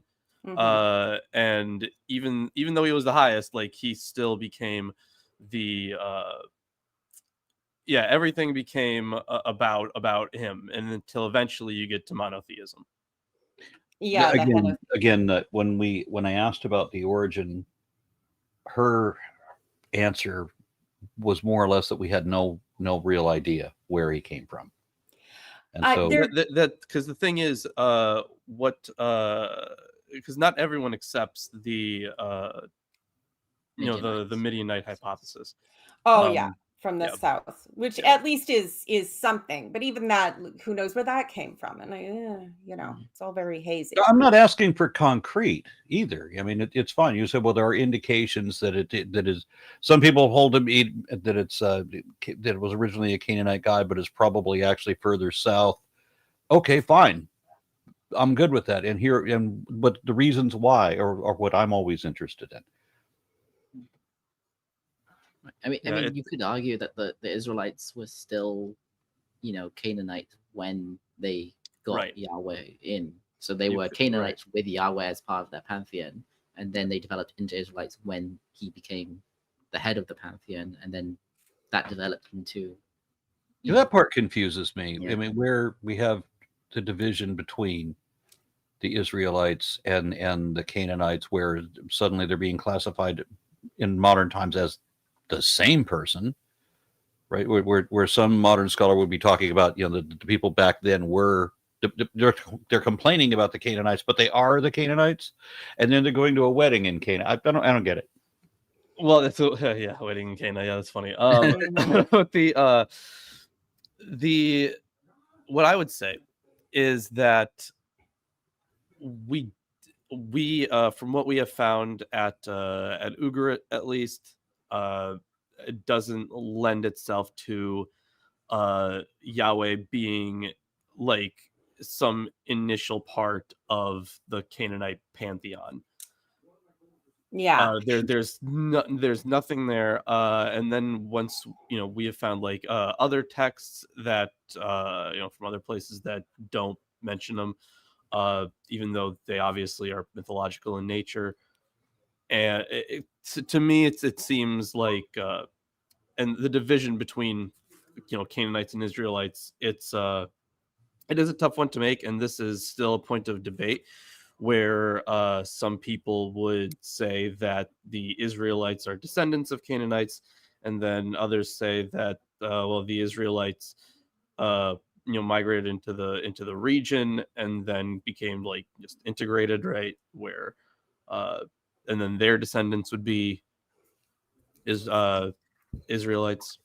I would say So the truth is very likely a combination too. Like this is reality. Things change gradually. Think of, what you know of evolution, and people, migrate and assimilate and absorb and keep certain elements of older cultures. Like think about Greek or Italian immigrants to Canada or the States. They keep a cultural identity back, but it's not the same as the actual Italians in Italy. And if you really want to piss off an Italian, tell them you're Italian when you're from the States, when you're from Jersey. And because they're like, you don't even speak Italian. You're Hey, not I'm Italian. You're Italian. not Italy. So On you've that got, same line, I'm walking here. yeah. it reminds me of, okay, so when European settlers came to this Mhm. continent and became Americans, and the people who were already here were never American. Yeah, go back to your country. That mountain over there. I I know it's insane. But at the same time, it's because there's definitely an element of Canaan isn't one people, it's a region of peoples. And the Israelite and Jewish people appear to have arisen possibly partly from the population. There's actually a really interesting hypothesis that in that documentary that deconverted Dan Barker about a slave uprising in a major city that was under Egyptian rule, although it was obviously not in Egypt, it was in Canaan. But these slave people rebelling, overthrowing the city, which was already kind of on the decline power wise, possibly going up into the mountains and starting a far more egalitarian society, which does appear to have been fairly Jewish. So you've got kind of also with slaves, you end up with people from a lot of different backgrounds. And if they adopt the neighbor's god, to the south, or a god associated with somewhere far away, because obviously they do not like the gods of the slavers over them. And then, over the generations, yeah, you've got a lot of cross pollination and absorption, and then the kingdoms are formed and Yeah. all the rest of it. So it's complicated and it's not entirely clear, but that's how life is. Yeah, it Shit's could have. all It could have been like interconnected. Israel, the northern kingdom. Israel would have been more Canaanite and worship El more, and the southern kingdom might have had more outside influence and had more of a battle between Yahweh and Baal. Yeah, And then and when they kind of integrated together with Israelites, they would have had to we have to have El as well as, So yeah, or take Yeah. the stories of El and absorb it into the Yahweh Yeah, narrative and exactly. pretend it was always one. But then you've got to kind of, argue about then why was this argument between us? Because we've obviously had beef over time and still Yeah. are bitchy about it. And then you've got this whole, because they broke away from the Davidic lineage and yada yada yada Yeah. yada yada. So it's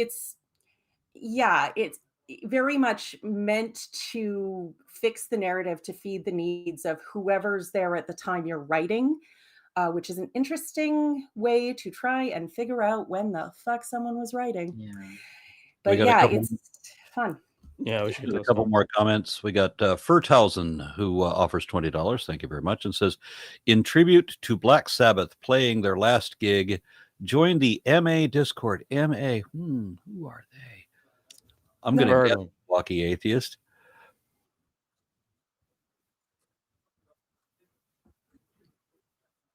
I've never heard. I've never heard of that. Yeah, right. You mean Yes, you mean the yes. mathematical atheists?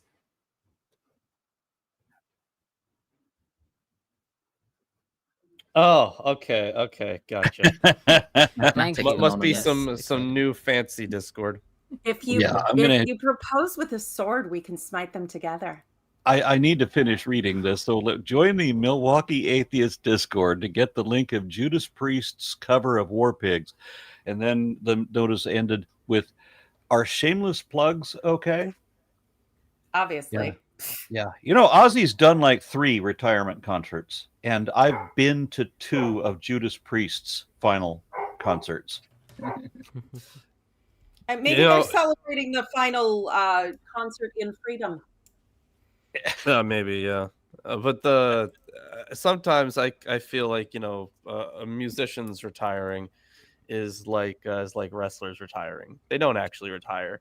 I mean, how like fucking Ric Depends how bored Flair they get. retired Depends. at WrestleMania 24 and then went on to go wrestle in another company for a little bit.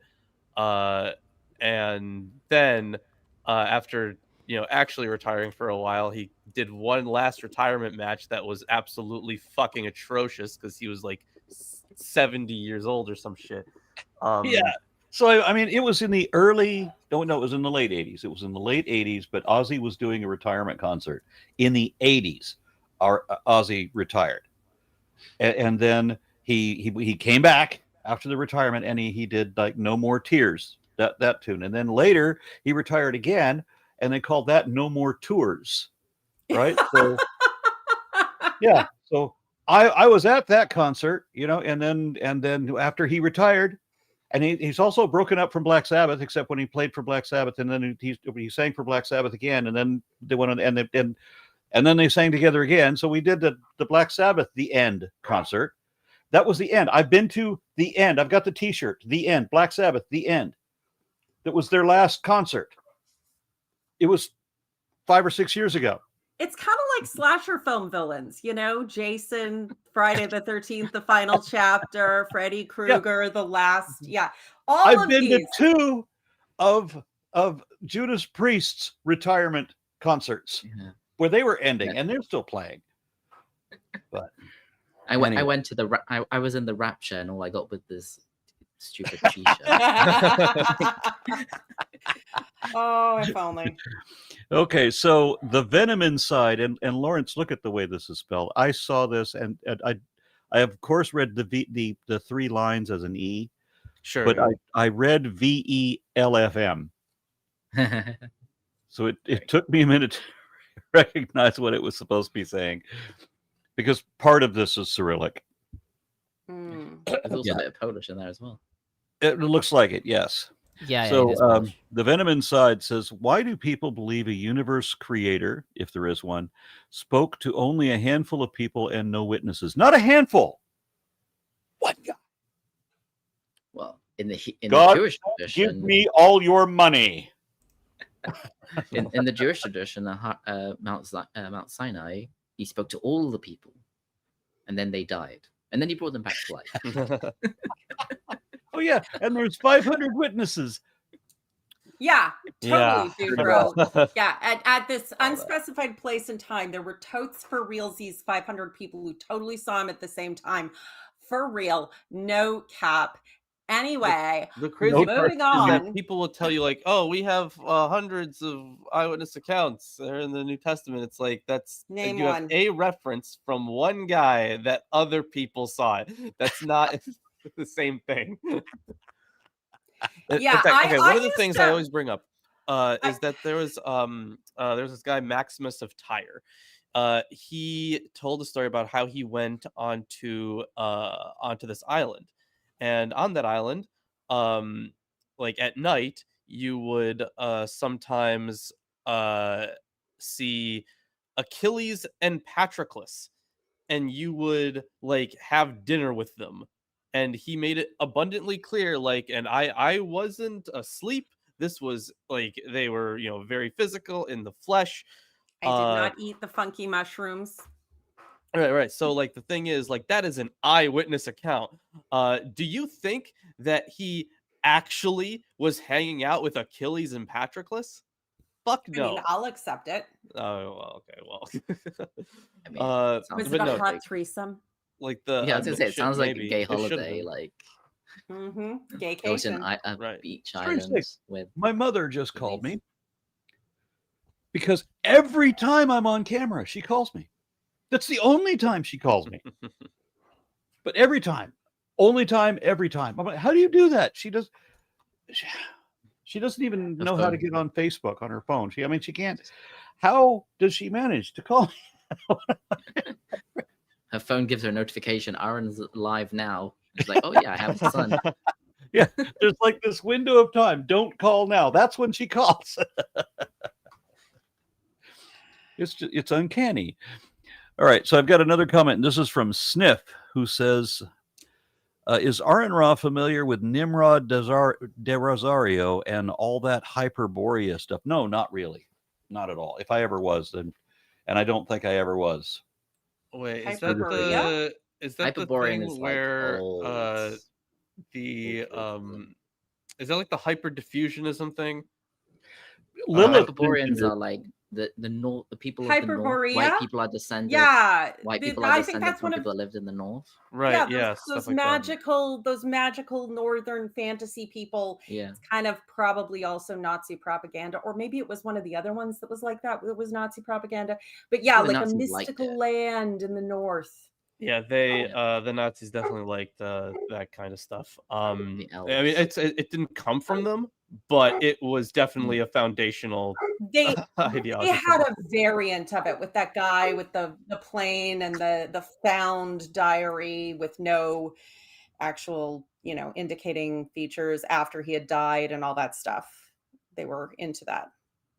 It was a superior race of totes for realsies people with magical futuristic tech. And yeah.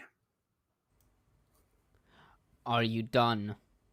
Hey, we were talking about the Are we comments. are we moving on to the next chapter now? Yes, please. Okay. Here, I can. Are we on 19, right? Yep. You were not yet. I think I it's think you're ours going to now. have to, because I've got a dog that's just decided Oh. he's going to bark all the way Go ahead. through everything. Yeah. I'll read this one. And the thing is, I don't really know what the fuck is. I need a new computer. I've been saying this for like a couple of years now, but like right now, I don't see any of you. Really? Like if Yeah, I'm maybe just, you like, shouldn't. if I'm just like working on my computer at some points, like some days that doesn't happen at all. Other days it keeps happening, where everything disappears. I still see a backlight. How old is your computer? 13 years old. Okay, that's why. Yeah, I know it's old. Yeah, that would be my My computer was but 15 years old and it China's still survived. still so. shipping to Canada. Okay. Yeah, that's tempting. No, I really need to just fucking get a new PC, Yes. man. Yeah, you should. But either way, yeah, it's just the backlight is on, so that's all I see right now is a backlight. But I'll read this. I was just thinking, I bought my mom a computer. I bought my mom a laptop that she doesn't use. Just won't, because it's of the too devil. easy, I guess. Too easy. But anyway, I bought her a computer. It was like $250. Okay, fine, and it does everything it needs to do. Not that she'll ever use it. And I try to show her how to use my it, game so computer. that so that she would have a means of being entertained in the old folks' home that she's in, whatever. But she won't use it. But anyway, the reason I bought it for $250 was because it was before tariffs and all that. Right, yeah. Yeah. So yeah, I was about to suggest you can get a cheap laptop, but then I realized no, probably not anymore. No, the thing is, cheap laptop ain't gonna do it, right? Because like I need to be able to edit and stream on it. Yeah. So, but either way, I'm gonna just read this chapter.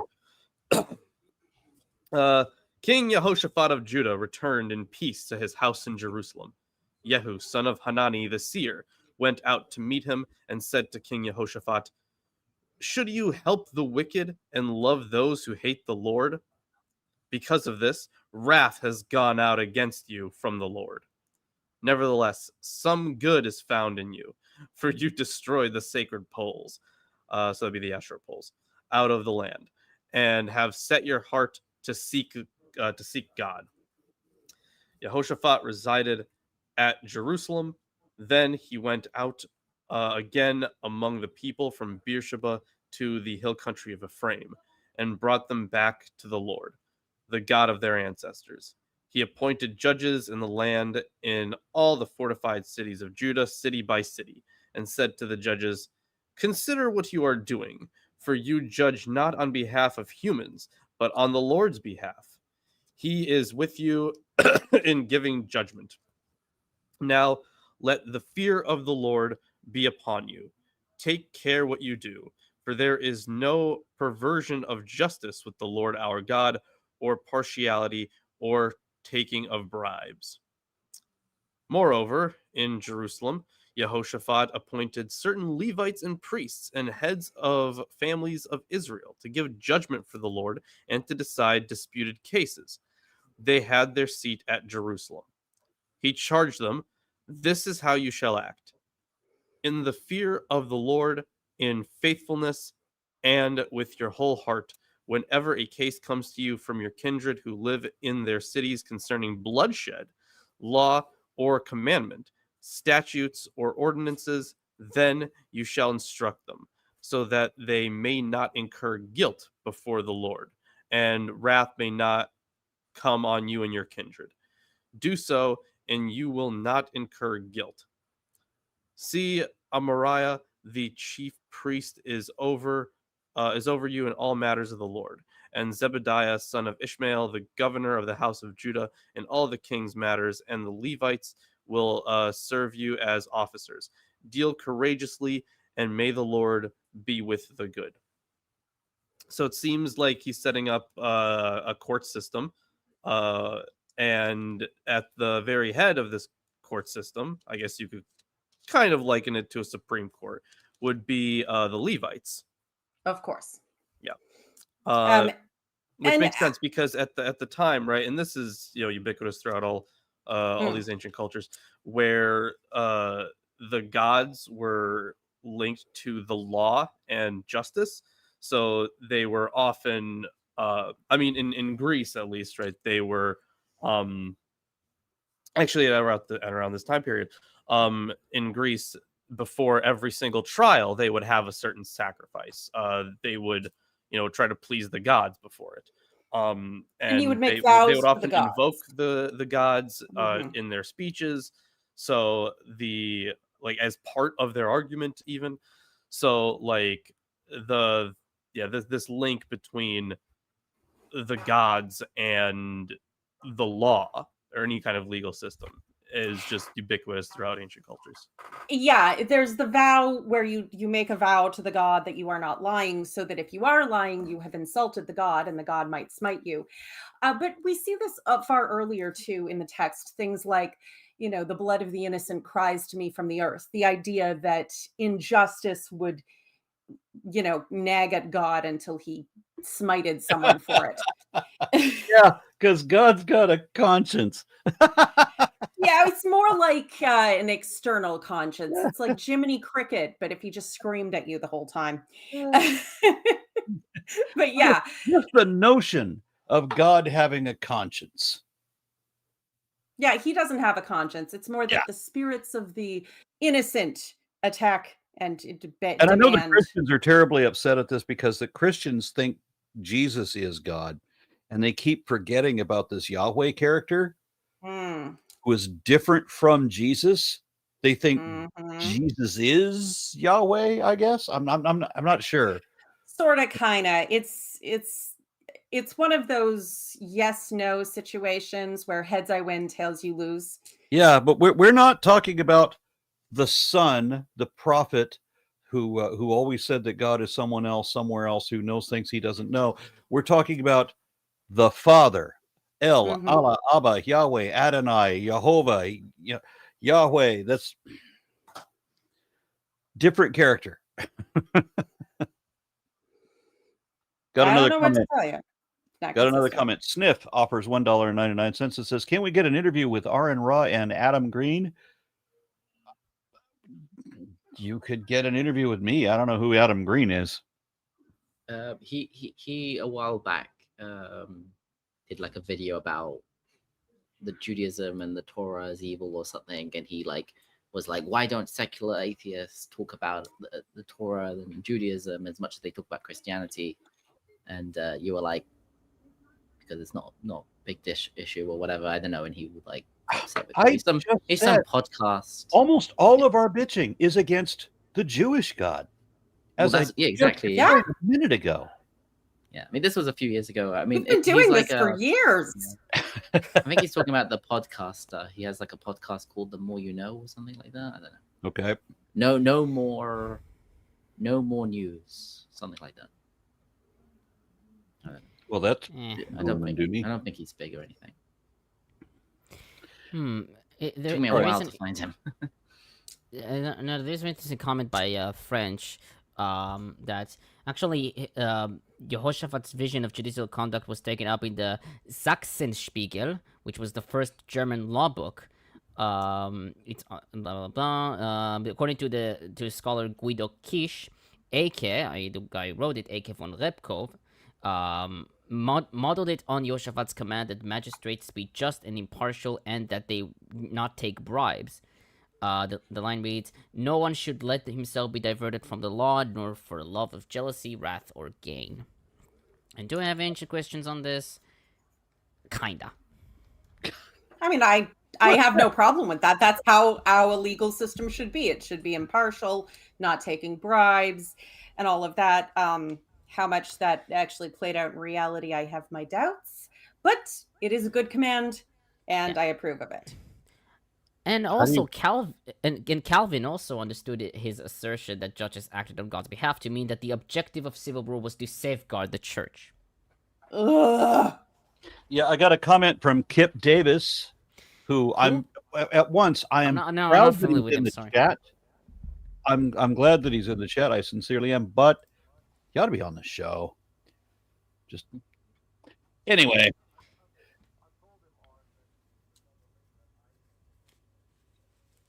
All right, so Kip Davis says, "Ugh, stay away. Adam Green is a Nazi." Yeah, it sounded like that. It sounded But like that. He's an anti-Christian Nazi, which is interesting. No, it sounds like he wants to blame the Jews for the continuation of the worst version of their God and yell at them a bunch about it, which, I mean, don't get me wrong, there's a place for that criticism in time and place, but Nazis aren't really about any kind of good faith discussion. They're just about being shitty and gross. And then Matt White says, apropos of recent comments, I would love to see Aaron in conversation with Alex O'Connor. I would go so far as to say that Alex O'Connor and I are friends. So I think that he's referring to John Lennox, who Alex recently interviewed, and I am currently doing a series on. So yeah, that would be good if we could have a conversation. But Alex, unfortunately, has gone on to only interview people who are way more famous than me.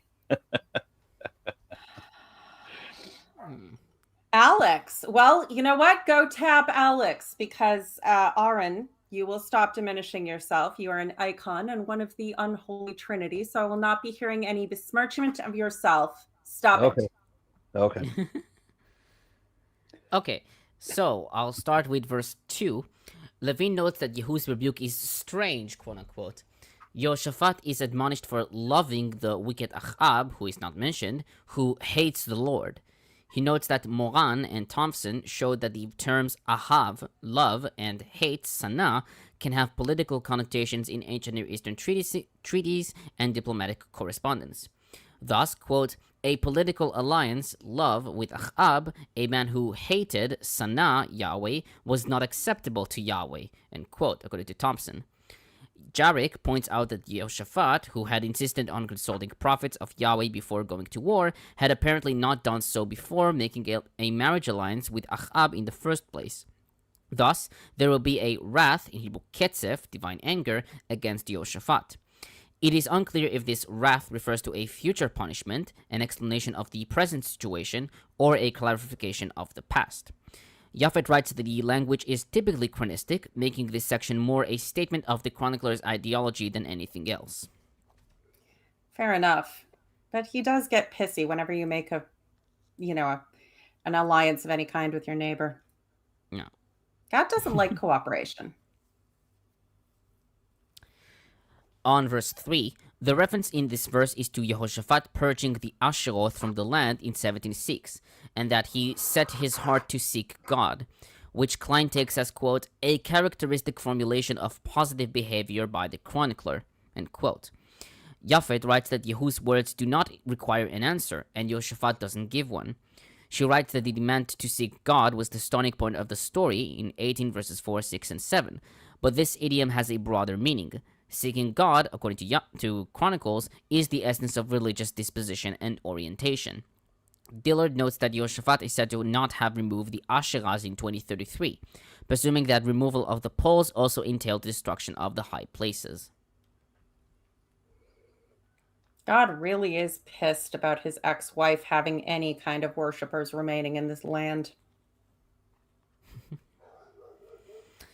On verse 4, Japhet comments, quote, Jehoshaphat now sets out on a campaign of religious reform throughout his kingdom, an initiative attributed in the Book of Kings only to Josiah, who heads north, probably to the hill country of Ephraim, in a comprehensive offense against idolatry and illegitimate cult forms in 2 Kings 23, 15 through 20.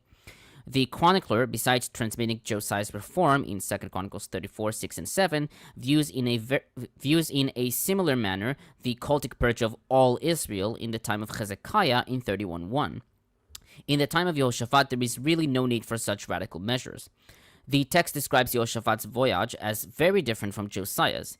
He travels not only in the north but throughout his realm, the borders of which, quote, from Beersheba to the hill country of Ephraim, end quote, are well in accord with the map of his kingdom presented earlier in 17:2. Jehoshaphat went out among the people, in Hebrew, Vayashov Ba'am, a term which evokes the earlier teaching commission of his delegates who, quote, taught among the people, end quote, in 17:9. In this policy, Jehoshaphat is unique among all the kings of Judah.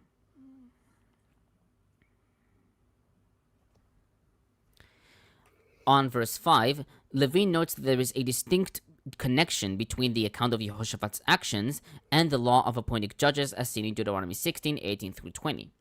Thus, Jehoshaphat in the land may be seen as equivalent to Deuteronomy throughout your tribes, adjusted to the reality of the divided monarchy. He writes that the next phrase is more problematic. Deuteronomy has all your towns, but in Chronicles, quote, in all the fortified cities of Judah, city by city, end quote. Japhet sees Chronicles as specifically limiting the Deuteronomistic stipulation. Klein writes that Jehoshaphat located his judges in the fortified centers mentioned in 17:2, in which he had already stationed military forces, adding city by city in the way the chronicler typically shows distribution.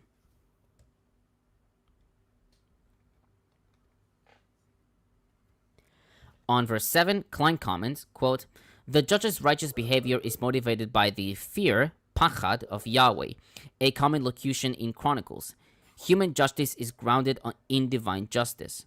The only other use of injustice or perversion of justice, in Hebrew olah, in Chronicles, comes in 1 Chronicles 17:9, where it refers to wicked people, that is, the various enemies who oppressed Israel during the period of the judges, who will not wear them out anymore. Zephaniah also asserts that Yahweh does no injustice in 3:5, lo ya'aseh olah. The closest parallel to Yahweh showing no respecting of persons or taking of a bribe appears in Deuteronomy 10:17, but highly similar vocabulary appears in Deuteronomy 16:19 in Moses' admonition of the judges about their own behavior. Dillard suggested that the frequent biblical polemic against bribery attests to the extent and persistence of the practice, one might add, in antiquity and also today. As Wilson concludes, quote, it is not clear whether these judges were supposed to hear all local cases or whether they heard only cases referred from the village courts. However, because the text does not mention other loyal tribunals, it is probable that the royal judges were the court of first instance.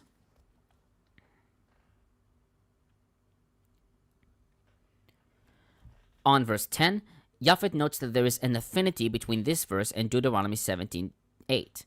Both texts refer to cases brought to the court from the provinces, and more importantly, emphasize the need for discernment.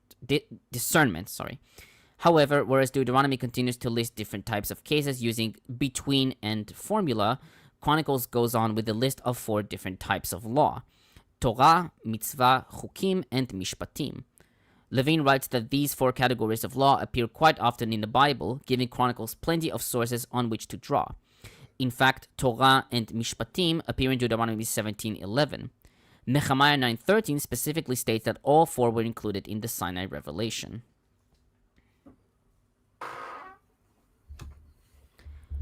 And finally, on verse 11, Amariah is not mentioned anywhere else, but the name is common amongst priests, as we see in 1 Chronicles 5:33 and 37, 6:37, Ezra 7:3, and Nehemiah 11:4. It is unclear if there is any relation between Amariah and the Immer household, found in 1 Chronicles 24:14, known from the late First Temple period and early Second Temple period, as we see in Jeremiah 21, Ezra 2:37, etc. The title head priest, in Hebrew Kohen Harosh, it is the usual term for high priest in Chronicles, appearing 6 times in it, as we see in 1 Chronicles 27:5, 2 Chronicles 24:6, 26:20, etc. Zebediah, son of Ishmael, is also unknown, but the name Zebediah appears 7 times in Chronicles and twice in Ezra. His title, commander of the house of Judah, in Hebrew Hanagid Lebet Yehuda, has been taken by Rudolph as a sign of the antiquity and/or of the historicity of this passage. Klein, however, writes that the title is never used in any other biblical book, and the distinction between matters of the king and matters of Yahweh reflects a post-exilic context. Levin writes that Zebediah was, quote, a royal official appointed over the judiciary of the kingdom of Judah, rather than of the tribe of Judah as a patriarchal unit, end quote. That does make more sense at this time and in this context. So, I have kinda an ancient Christian, though. You could say that. So, Augustine said that the Lord alone cannot err in his judgment because it cannot be deceived in his knowledge. How is Augustine kind of a Christian?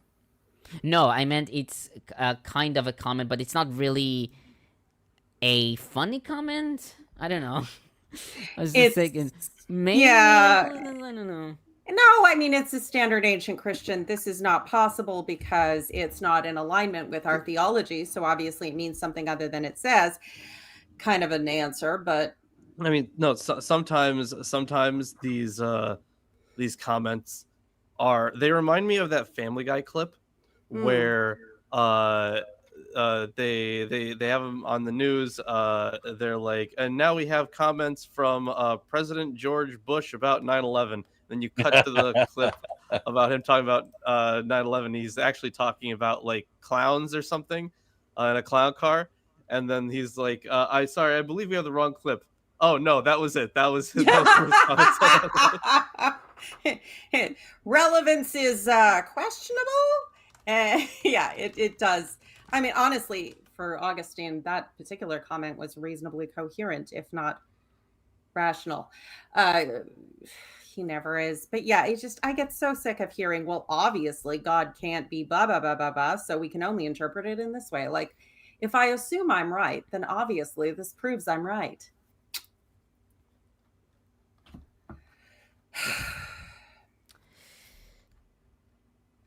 Aren't You done? Yes, I'm done. Okay. Do we want to move on to the next chapter? Whatever floats your boat. Yeah, this one is long, so it's up to you. Jehoshaphat defeats Ammon, and well, how much commentary would there be for the 37 verses? I think that's a relevant question. I have like 6.5.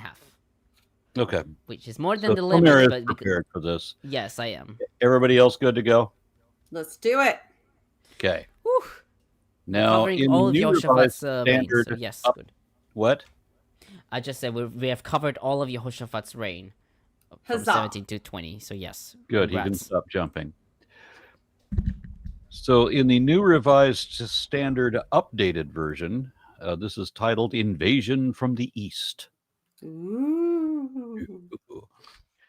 After this, the Moabites and Ammonites, and with them some of the Meunites, came against Jehoshaphat for battle. Messengers came and told Jehoshaphat, "A great multitude is coming against you from Edom, from beyond the sea. Already are they at Hazazon Tamar," that is, En-Gedi. Jehoshaphat was afraid.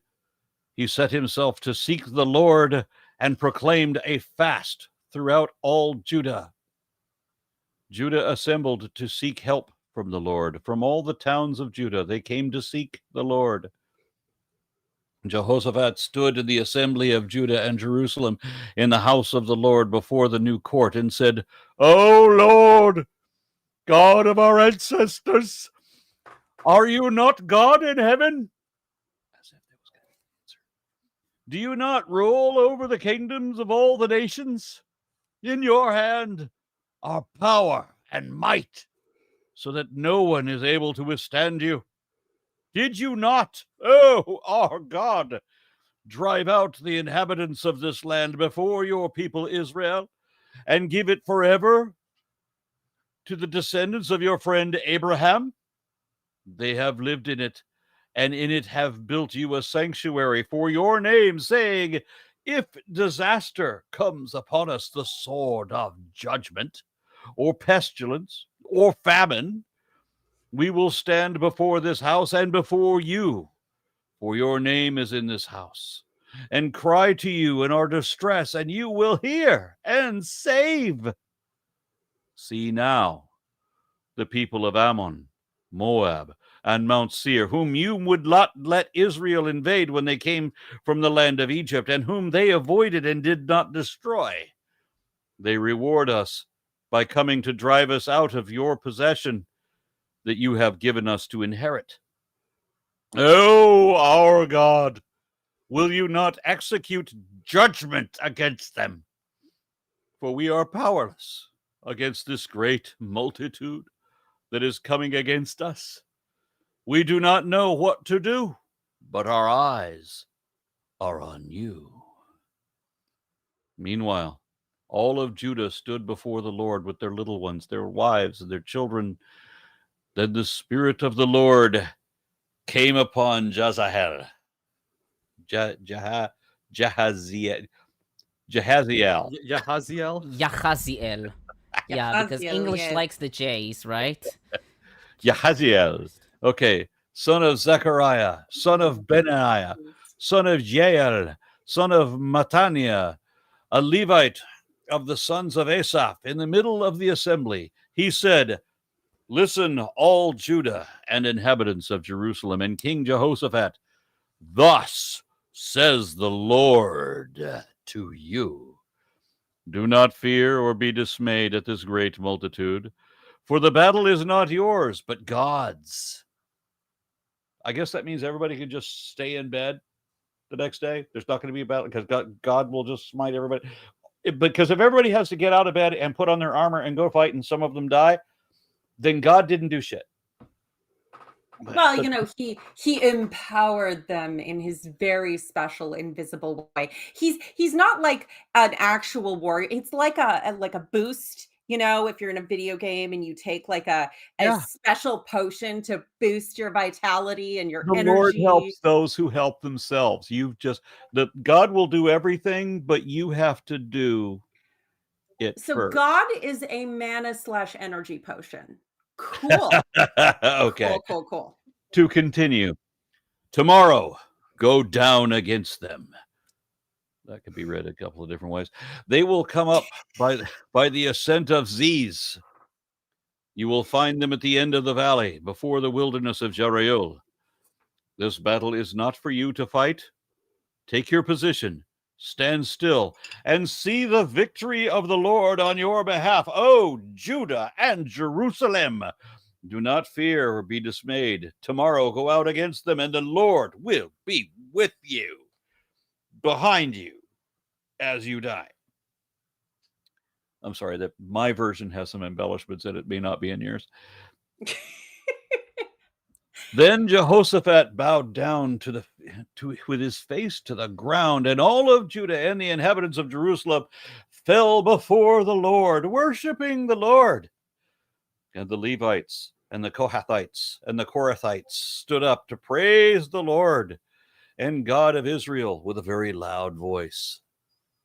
They rose early in the morning and went out into the wilderness of Tekoa. And as they went out, Jehoshaphat stood and said, "Listen to me, O Judah and inhabitants of Jerusalem.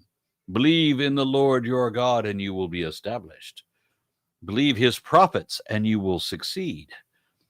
When he hath taken counsel with his people, he appointed those who were to sing to the Lord and praise him in holy splendor as they went before the army, saying, Give thanks to the Lord, for his steadfast love endures forever. And they began to sing and praise the Lord, set an ambush against the Ammonites, Moab, and Mount Seir, who had come against Judah, so that they were routed. From the Ammonites and Moab attacked the inhabitants of Mount Seir, destroying them utterly. So God And sent bards.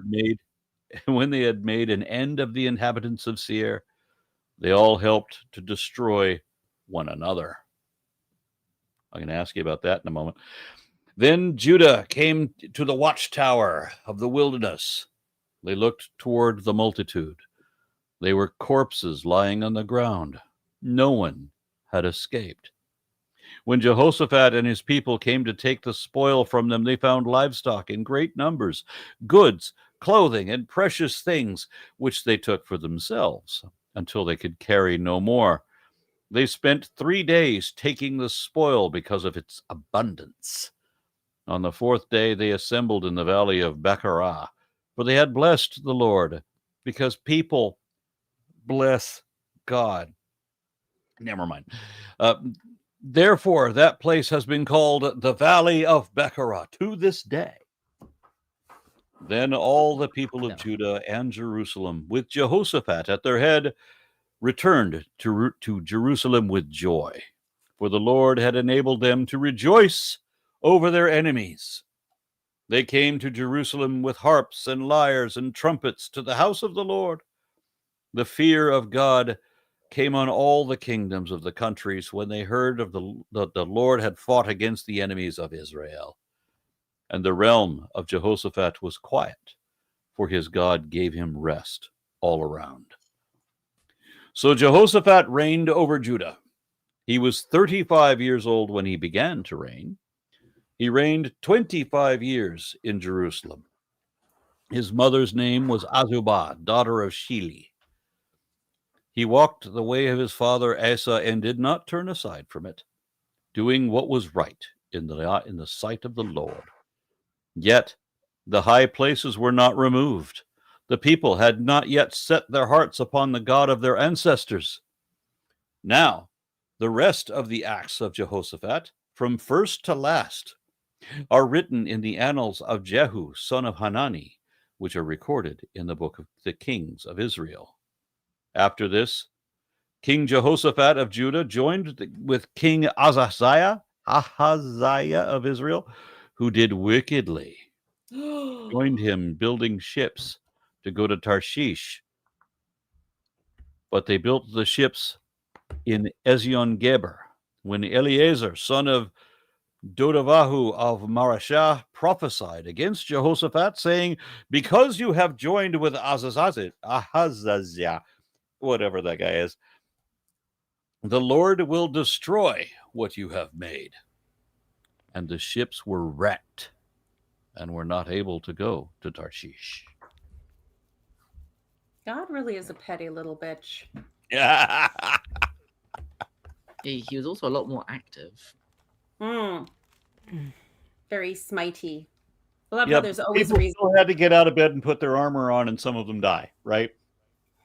Yeah, but you know, he was on this guy's side for the longest time, but then he like worked together with his neighbor to build ships, and so God got all bitchy and broke his shit. It's like the abusive spouse who the minute you make a friend, like smashes your car so you can't go visit them or whatever. Yeah. I got another comment from Ronaldo Martinez. Offers $5. Thank you. It says, George W. Bush is a war criminal. Why does people still like him? I don't really think people. It's not that people like him. I certainly don't like him. He is a war criminal. I don't think anyone on this panel likes George Bush. But it's really weird, the world that we live in, because things are so bad now that people are like, Bush was better. They're fondly remembering, and in fairness to Bush, I believe he was more that he was driven by war criminals. I mean, Dick Cheney obviously had a lot more. He was kind of the fool on the throne. I had something good that I could say about George W. Bush, because do they say George? There you go. I mean, he could take a joke at least. Yeah. George W. Bush was able to laugh at himself, at his own foibles, which were many. It's good that he was able to laugh at himself. There's images of him riding around Texas in the back of a pickup truck. So it's in the back. So Okay. that's relatable to a lot of people of his generation living in Texas, and who relates to fucking Trump, right? And so while George W. Bush was an idiot, while he was a criminal, while he was a liar, who only in his final interview as president did he admit that the whole creationism thing that he'd been advocating for and intelligent design, only in that last interview did he admit that he didn't believe in all that shit. Only then. Because prior to that, it was a tool, and he used it. But by comparison, as soon as Trump is elected, you get memes of George Bush doing this with the caption, "You miss me yet?" And admittedly, the only reference, I believe, in this discussion to George Bush was to a Family Guy meme, where the inference was that he was fucking stupid. Which right, because he was absolutely an idiot. Public interviews definitely support that. I always remember Christopher Hitchens talking about George W. Bush and what he said about Putin, where he said, when I saw his grandmother's cross, I knew he was a good Christian man. And Hitchens' response was always that in a very strong field. I think how quickly? The dumbest thing he's ever said. How quickly people forget that George W. Bush and Saddam Hussein, excuse me, not Saddam Hussein, it was the 9/11. Osama bin Laden, yeah. Osama bin Laden, yes. They knew each other, like in real life, a decade before. And people forget this. But what I want to say is that to the credit of George W. Bush, say what you want about his kids, I think that everybody has problems with their kids. Nobody's perfect, fine.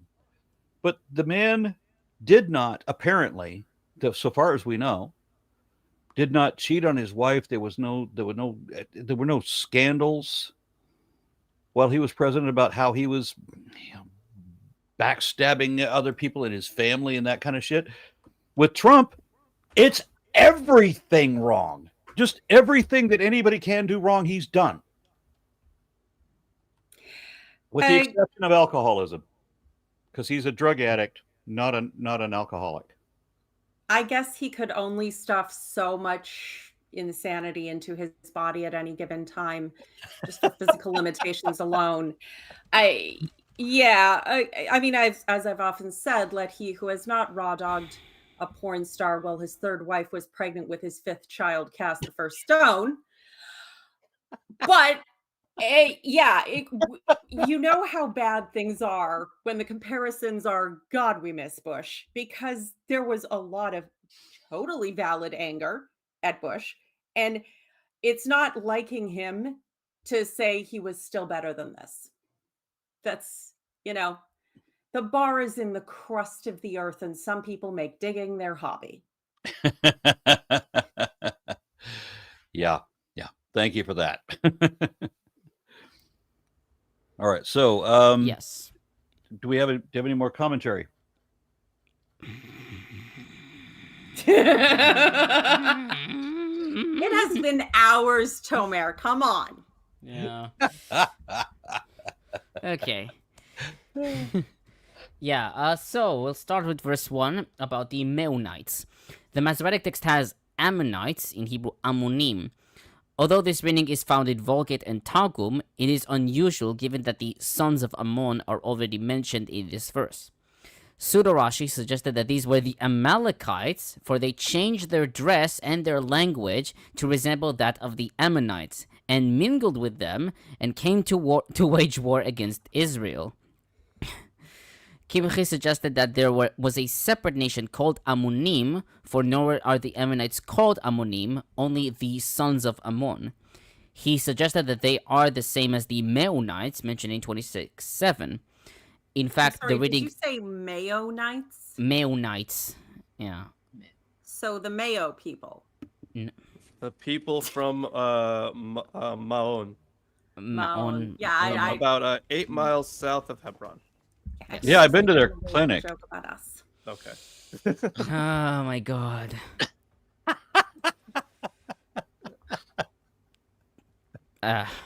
So in fact, the reading Meunites appears in Septuagint and has been accepted as such by most modern commentators, though their exact identity is unclear. Levin notes that Tadmo identified the Meunites as the people of Mu'unaya in the annalistic inscription of Tiglath-Pileser III, circa 734 through 733 BCE, located south of Egypt. Tadmo suggested that these Mu'unaya lived in the northern Sinai, southwest of Judah, which proved that the chroniclers Meunites lived in the deserts to the southwest of Judah in the 9th and 8th century BCE. While initially accepted by Naaman and Ephal, Knauf rejected this on linguistic grounds, but also because of his presupposition that the story reflects the chronicler's own time, during which the Arabian Mineans were known, rather than the time of Jehoshaphat. Others, like Williamson, Dillard, Japhet, and Raini, note that Mount Seir, appearing later in the story, is usually identified with Edom in southern Transjordan, and is used to describe the area south of Judah, southwest of the Dead Sea. Thus, if Mount Seir is being referred here, it could mean that the Meunites may have come into conflict with Judah in the 9th and 8th century BCE, and with Tiglath-Pileser III in 734 and 733.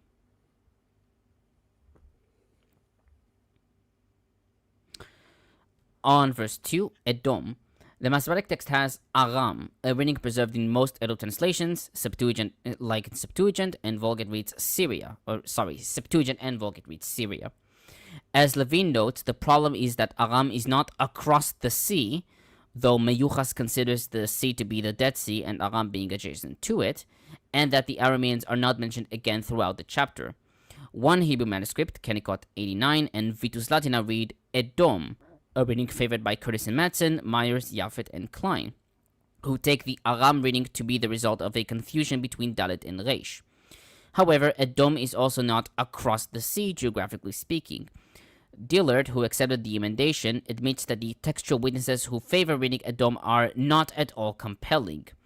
Thus, others like Williamson, Wykeel, Raini, and Jarek oppose the emendation, suggesting that Aram is a reflection of Aramean incitement of the Transjordanians to attack Jehoshaphat, who had joined Achab in his war on Aram. But Levin writes that this solution has its weaknesses. The Arameans are not further mentioned as a factor in the war, and interpreting from across the sea from Aram as referring to Aramean incitement is a stretch in any case. And Peshitta has Red Sea.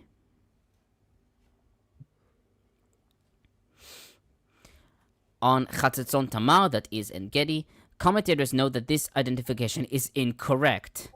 Chatzetzon Tamar is mentioned in Genesis 14:7, located south of the Dead Sea, whilst En-Gedi is the largest oasis on the western shore of the Dead Sea.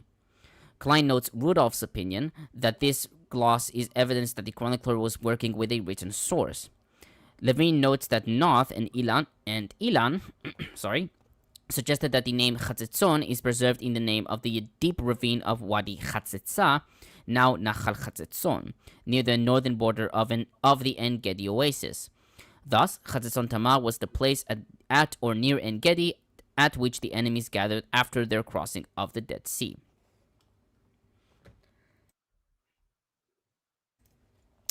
On verse 3, Japhet comments, quote, Jehoshaphat's reaction is absolutely non-military. In a psychological state of great fear, he is reluctant to take any tactical initiative, and his attitude of total resignation is expressed best in his own words, "We do not know what to do," in verse 12. At the same time, he is not utterly passive. He bestirs himself to ask help of the Lord, and even proclaims a fast throughout his kingdom, the strongest expression of human soul-searching and complete surrender to God. In both of these aspects, Jehoshaphat's behavior bears a distinct chronistic stamp. In both DH and Chronicles itself, in chapter 17, Jehoshaphat is seen as a keen and active fighter. Compare in particular 1 Kings 22:45. His passive attitude in the present context is certainly tendentious, and since the army is all ready for battle in verse 21, contrary to the historical context itself.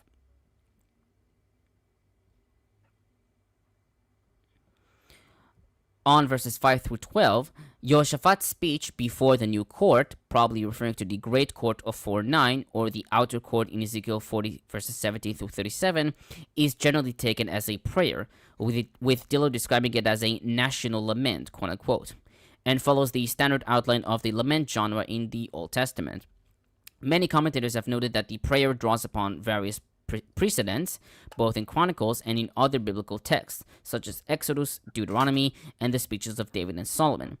Klein notes Knobber's opinion that this prayer also functions as an inquiry of the deity on whether this work could be undertaken.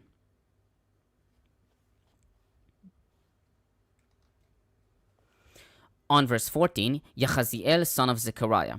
Yahaziel is not mentioned anywhere else. According to the genealogy given, he was part of the sons of Asaph, who were known for music and prophesying in 1 Chronicles 25:1. Japhet writes that Yahaziel's prophecy is the creation of the chronicler, modeling on a salvation oracle, quote unquote. She writes that it is, quote, a perfect response to all the significant points of Jehoshaphat's prayer, each point repeated twice, end quote. Klein notes that Yahaziel's speech draws on many earlier traditions. David challenging Goliath, the battle is Yahweh's in 1 Samuel 17:47, and Deuteronomy prescribes that a priest give a speech before the battle in Deuteronomy 22 through 4.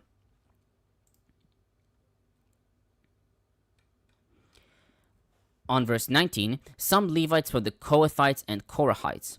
Levin notes that this identification raises some problems.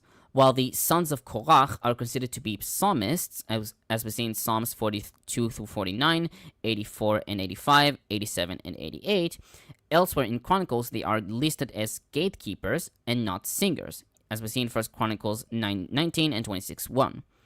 Moreover, since Korach himself was a descendant of Kohath in Numbers 16:1, listing both the sons of Korach and the sons of Kohath seems superfluous. This had led several commentators like Rudolph and Klein to take this phrase as meaning of the sons of Kohathites, namely of the sons of the Korathites. Of the sons of the Kohathites, namely of the sons of the Korahites. While others, like Japhet, suggested that the mention of the Korahites is a corrupted dictography of the sons of the Kohathites. In Hebrew, in English, it's very confusing. Yes, yes, it is. On verse 21, Japhet comments, quote, another step taken by Jehoshaphat on his own initiative is the appointment of singers to the Lord, not merely accompanying the army, but leaning on the vanguard. This feature of the story is unique, and Jehoshaphat's procedure is highly instructive. The chronicler's familiar democratizing quote-unquote tendency has already been amply illustrated in this story, with its constant reference to the active participation of the people. Here, however, this tendency is epitomized, with the king actually taking counsel with the people in a matter of military tactics or cultic activity, ordinarily defined as a kingly prerogative. After having been made his full partners in his initiative and responsibility, his subjects will deservedly share the reward of victory. Yes, it's an interesting military tactic to send like singers. Maybe some sort of psychological warfare. Bards. God sent bards. Is that a They're- Lord of the Rings reference or whatever No, that is a fantasy thing? D&D or, well, that sort of... Kind of fantasy. Bards, Yeah. bards are in like Generic. a lot of Oh, bards. I Generic thought fantasy. I heard something Bards. else. Yeah, Okay, no, yeah. BARDS. Oh, I forgot. Basically, that, they're yeah. singing superpowers, the soldiers, and there is some validity to the psychological element that if you are sending soldiers into a situation that is not obviously in their favor, you need some kind of hype them up situation, and possibly to put them in a situation where they have to fight, so that desperation fuels them, and that's one of those things. Yeah. On verse 22, the Lord set ambushes.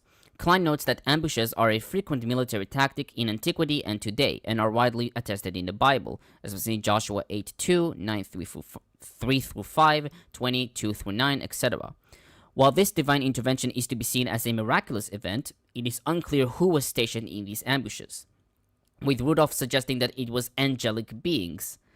Likewise, Dillard writes that the chronicler probably intends the appearance of the heavenly army to confound and confuse, as we see in 2 Samuel 5:24, 2 Kings 7:5-7, Isaiah 13:4, etc.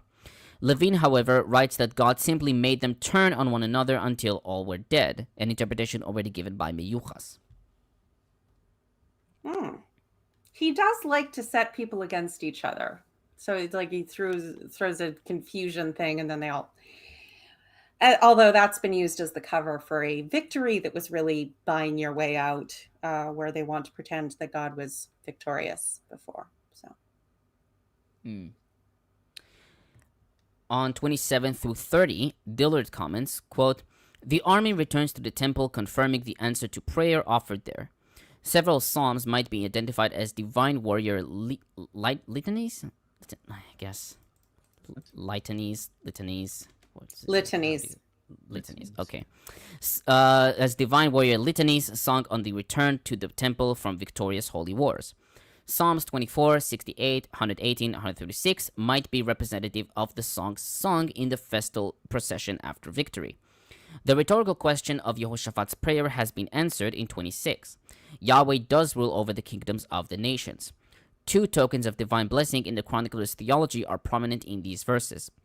1. The righteous king enjoys victory over the nations, is held in awe by them, and receives their tribute, as we see in 1 Chronicles 14:17, 18 verses 2 and 6, 2 Chronicles 9, 22 and 23, etc. And 2. Rest from enemies and times of peace are rewards for righteousness, as we see in 14 verses 4 and 6, which is 5 and 7, 15:15, and 1 Chronicles 22:9. Yeah. I mean, like the king, the nations were in terror when they heard of what happened, but they couldn't write. Their hands were shaking so much. So we don't know. yes, that's what happened. My unfinished sock says, "Don't destroy the Republic. Like and share the stream instead." Hey, we are rebels here. Yeah, well it's kind of late to destroy the Republic. Yeah, it's true. The Republic is... Yeah. Now it's now Destroy it's the Empire, rebellion, not the Republic. Yeah, It's time for destroy the Empire. rebellion. Yeah. Okay, so on verse 33, the statement given in this verse seems to contradict 17:6. Quote, "He removed the Bamot and the Asherim from Judah," end quote. Moreover, as Levin notes, this note seems to contradict the general evaluation of Jehoshaphat as a king who had promulgated the Torah throughout Judah, and his people as also behaving in accordance to God's laws. Gelsonides wrote that these high places refer to high places belonging to Yahweh. Levin notes that because of this contradiction, Rudolph considered the entire section to be a secondary addition to Chronicles. Williamson thinks that the chronicler wished to convey a message to his readers. Quote, "While his appraisal of both Jehoshaphat and his people was positive, there was always a danger that they might fall away. The chronicler will have wished his readers to draw from this the need for constant faithfulness and vigilance." Yeah, I mean, it could have Reminds been that at me- one point he did a cleanse of private shrines and stuff, but it doesn't necessarily mean that he kept kept track of any new ones. So. On verse 34, the Annals of Yehu son of Hanani, Dillard comments, quote, "The chronicler cites as his source a prophetic work, but also indicates that this work was contained in a larger collection, the Book of the Kings of Israel. The nature of this large source can only be a matter of speculation. It could be a history of both kingdoms of the southern. It could be a history of both kingdoms or of the southern or northern kingdom alone. It is not likely to be a reference to the canonical books of Kings, since Yehu plays so little role there. Yehu appears in 1 Kings 16 verses 1, 7, 12 to pronounce judgment on Baasha and Elah in the northern kingdom. He appears in Chronicles otherwise only in 19:2 to repudiate Jehoshaphat's involvement with Ahab. The one prophet ministers in both kingdoms. His father Hanani is probably the prophet imprisoned by Asa in 16:7. If this latter identification is correct, in biblical references to them, the career of the son spans that of the father." Well, Kinda that's like what not that Chazal said. unusual. Yeah. And finally, 35 through 37, Klein comments, and it's a bit long. Quote, "The Vorlage for this account is in 1 Kings 22, 49 and 50, which is 48 and 49. Verse 49, which is 48, of 1 Kings 22, tells of Jehoshaphat building a fleet of Tarshish-type ships to go to Ophir for gold. Jehoshaphat never undertook this trip because the ships were wrecked at Etzion Geber. In 1 Kings 22:50, which is 49, Ahaziah of North Israel then made an offer for his men to go with Jehoshaphat's men on a new set of boats. But Jehoshaphat refused. DH does not explain how the boats were wrecked, maybe poor sailing techniques or a storm, nor why Jehoshaphat declined the offer for a joint expedition. The sequence of events in Kings is also strange, since Ahaziah makes an offer for a joint expedition after the fleet has already been wrecked. The What chronicler happened was Jehovah showed up with a crowbar. And Yeah, and like Half-Life just smashed it to pieces. Oh, Yeah. So, too bad your turn signal's broken. Mm. so I just a book just came in, and this was actually sent in by one of my patrons. So thank you to Margaret, but she sent in "Marriage in the Bible" from Dr. Jennifer Bird. Oh fuck. Oh. No. Jennifer Bird's great. I'm very excited. Yeah, to read she this. is. I She is. it's I know I have no hate for Jennifer Bird. Please don't misunderstand. It's just the topic makes me queasy because there's a lot of horrible shit in that topic. Oh shit! She actually cites my religious studies professor too. I just randomly flipped to. Oh, look I at just you. randomly flipped to the bibliography, and it's like, oh yeah, Demetrius Williams. I'm like, oh hey, that guy taught me stuff.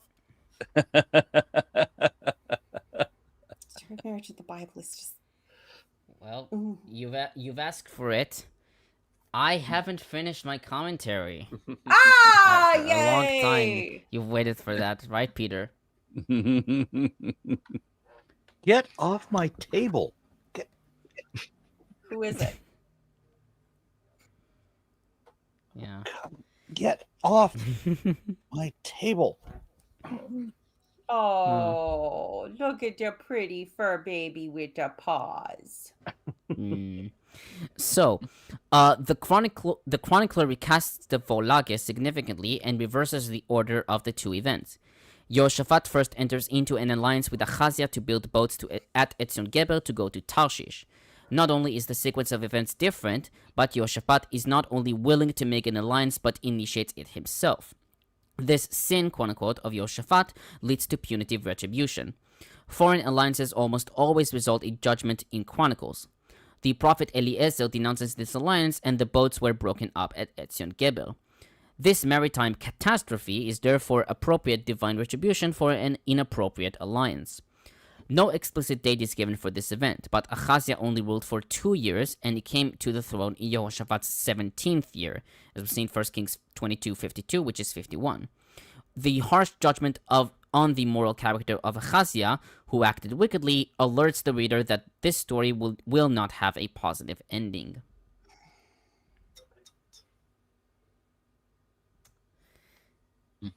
So, so I don't have an ancient Christian. I do have a not almost semi-ancient.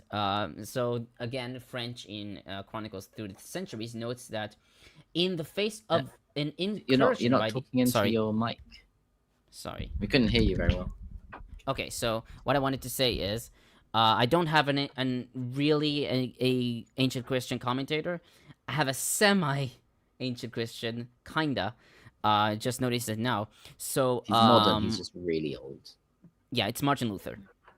Which, Oh. yeah. So, in the face of an incursion by the Ottoman Empire, Martin Luther listed Jehoshaphat as a model for turning aside God's wrath through prayer in his essay On War Against the Turk.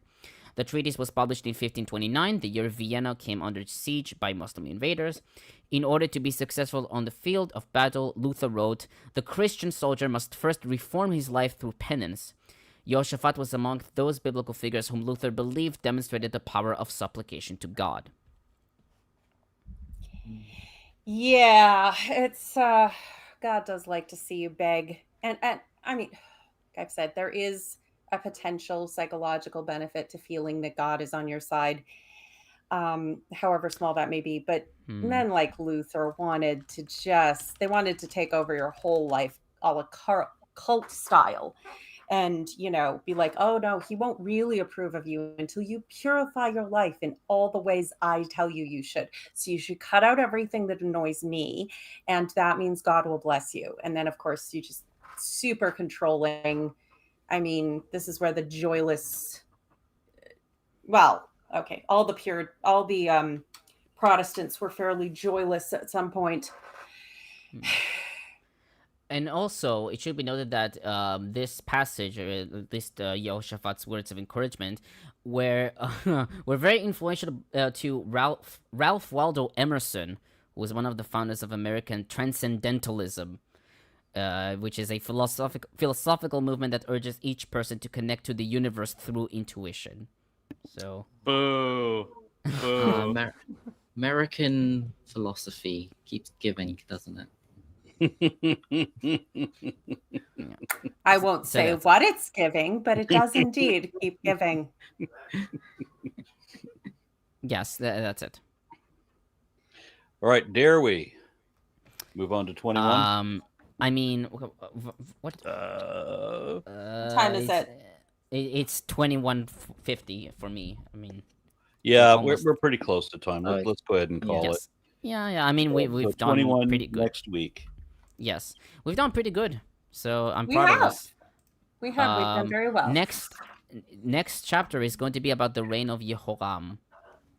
Ah, yes, King of Judah. Wait, does he have a name? Because the king of Israel Jehoram. didn't have a name. No, Jehoram has a name. This is, you remember, this is Jehoram the version that's focused on Judah. The one before was focused on Israel.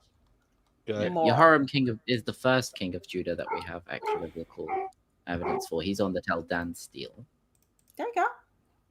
Oh, by the way, Kip is a grandfather now. Oh, congratulations, Kip.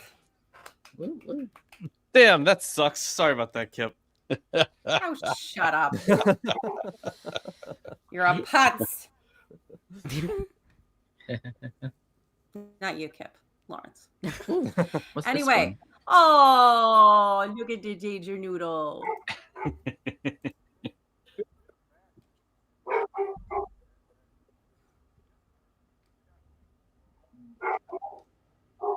Yeah.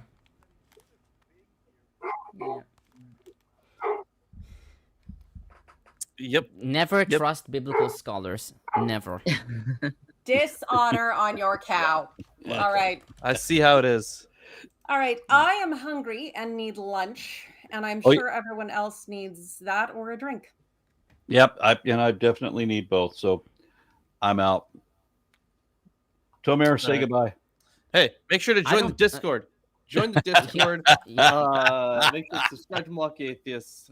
I'm still working on a commentary and translation of Matthew currently. I'm over halfway done with the translation. You know what? Just to supplement Peter's wishes, Lawrence, I don't fucking care. You know what? I care. I put a lot of work into this commentary. No, I care. No, we all Yeah, care. we all care, you know Tomer is that. just letting He's just no, it's just Peter. He Peter do his really little nagged my flashy things. yes. But yes, I'm yes. very excited to see what you put together, Lawrence. I am what I'm gonna do essentially is I want it to be like usable for a show like this, but I figure if I'm doing the commentary anyways, might as well write a whole fucking thing. And I'm just gonna be going through the New Testament in its entirety. You can just highlight the Cole's notes lines. Yeah, Satan 616 says shout out to Kip becoming officially a grandpa. Yeah. Nice. All right. Yeah. Adieu. Yes. Same bat time, same bat channel next week. Yes. Goodbye, all. What do I call it? You call it. He doesn't go to the show until you say goodbye. Okay. Skedaddle, skadoodle.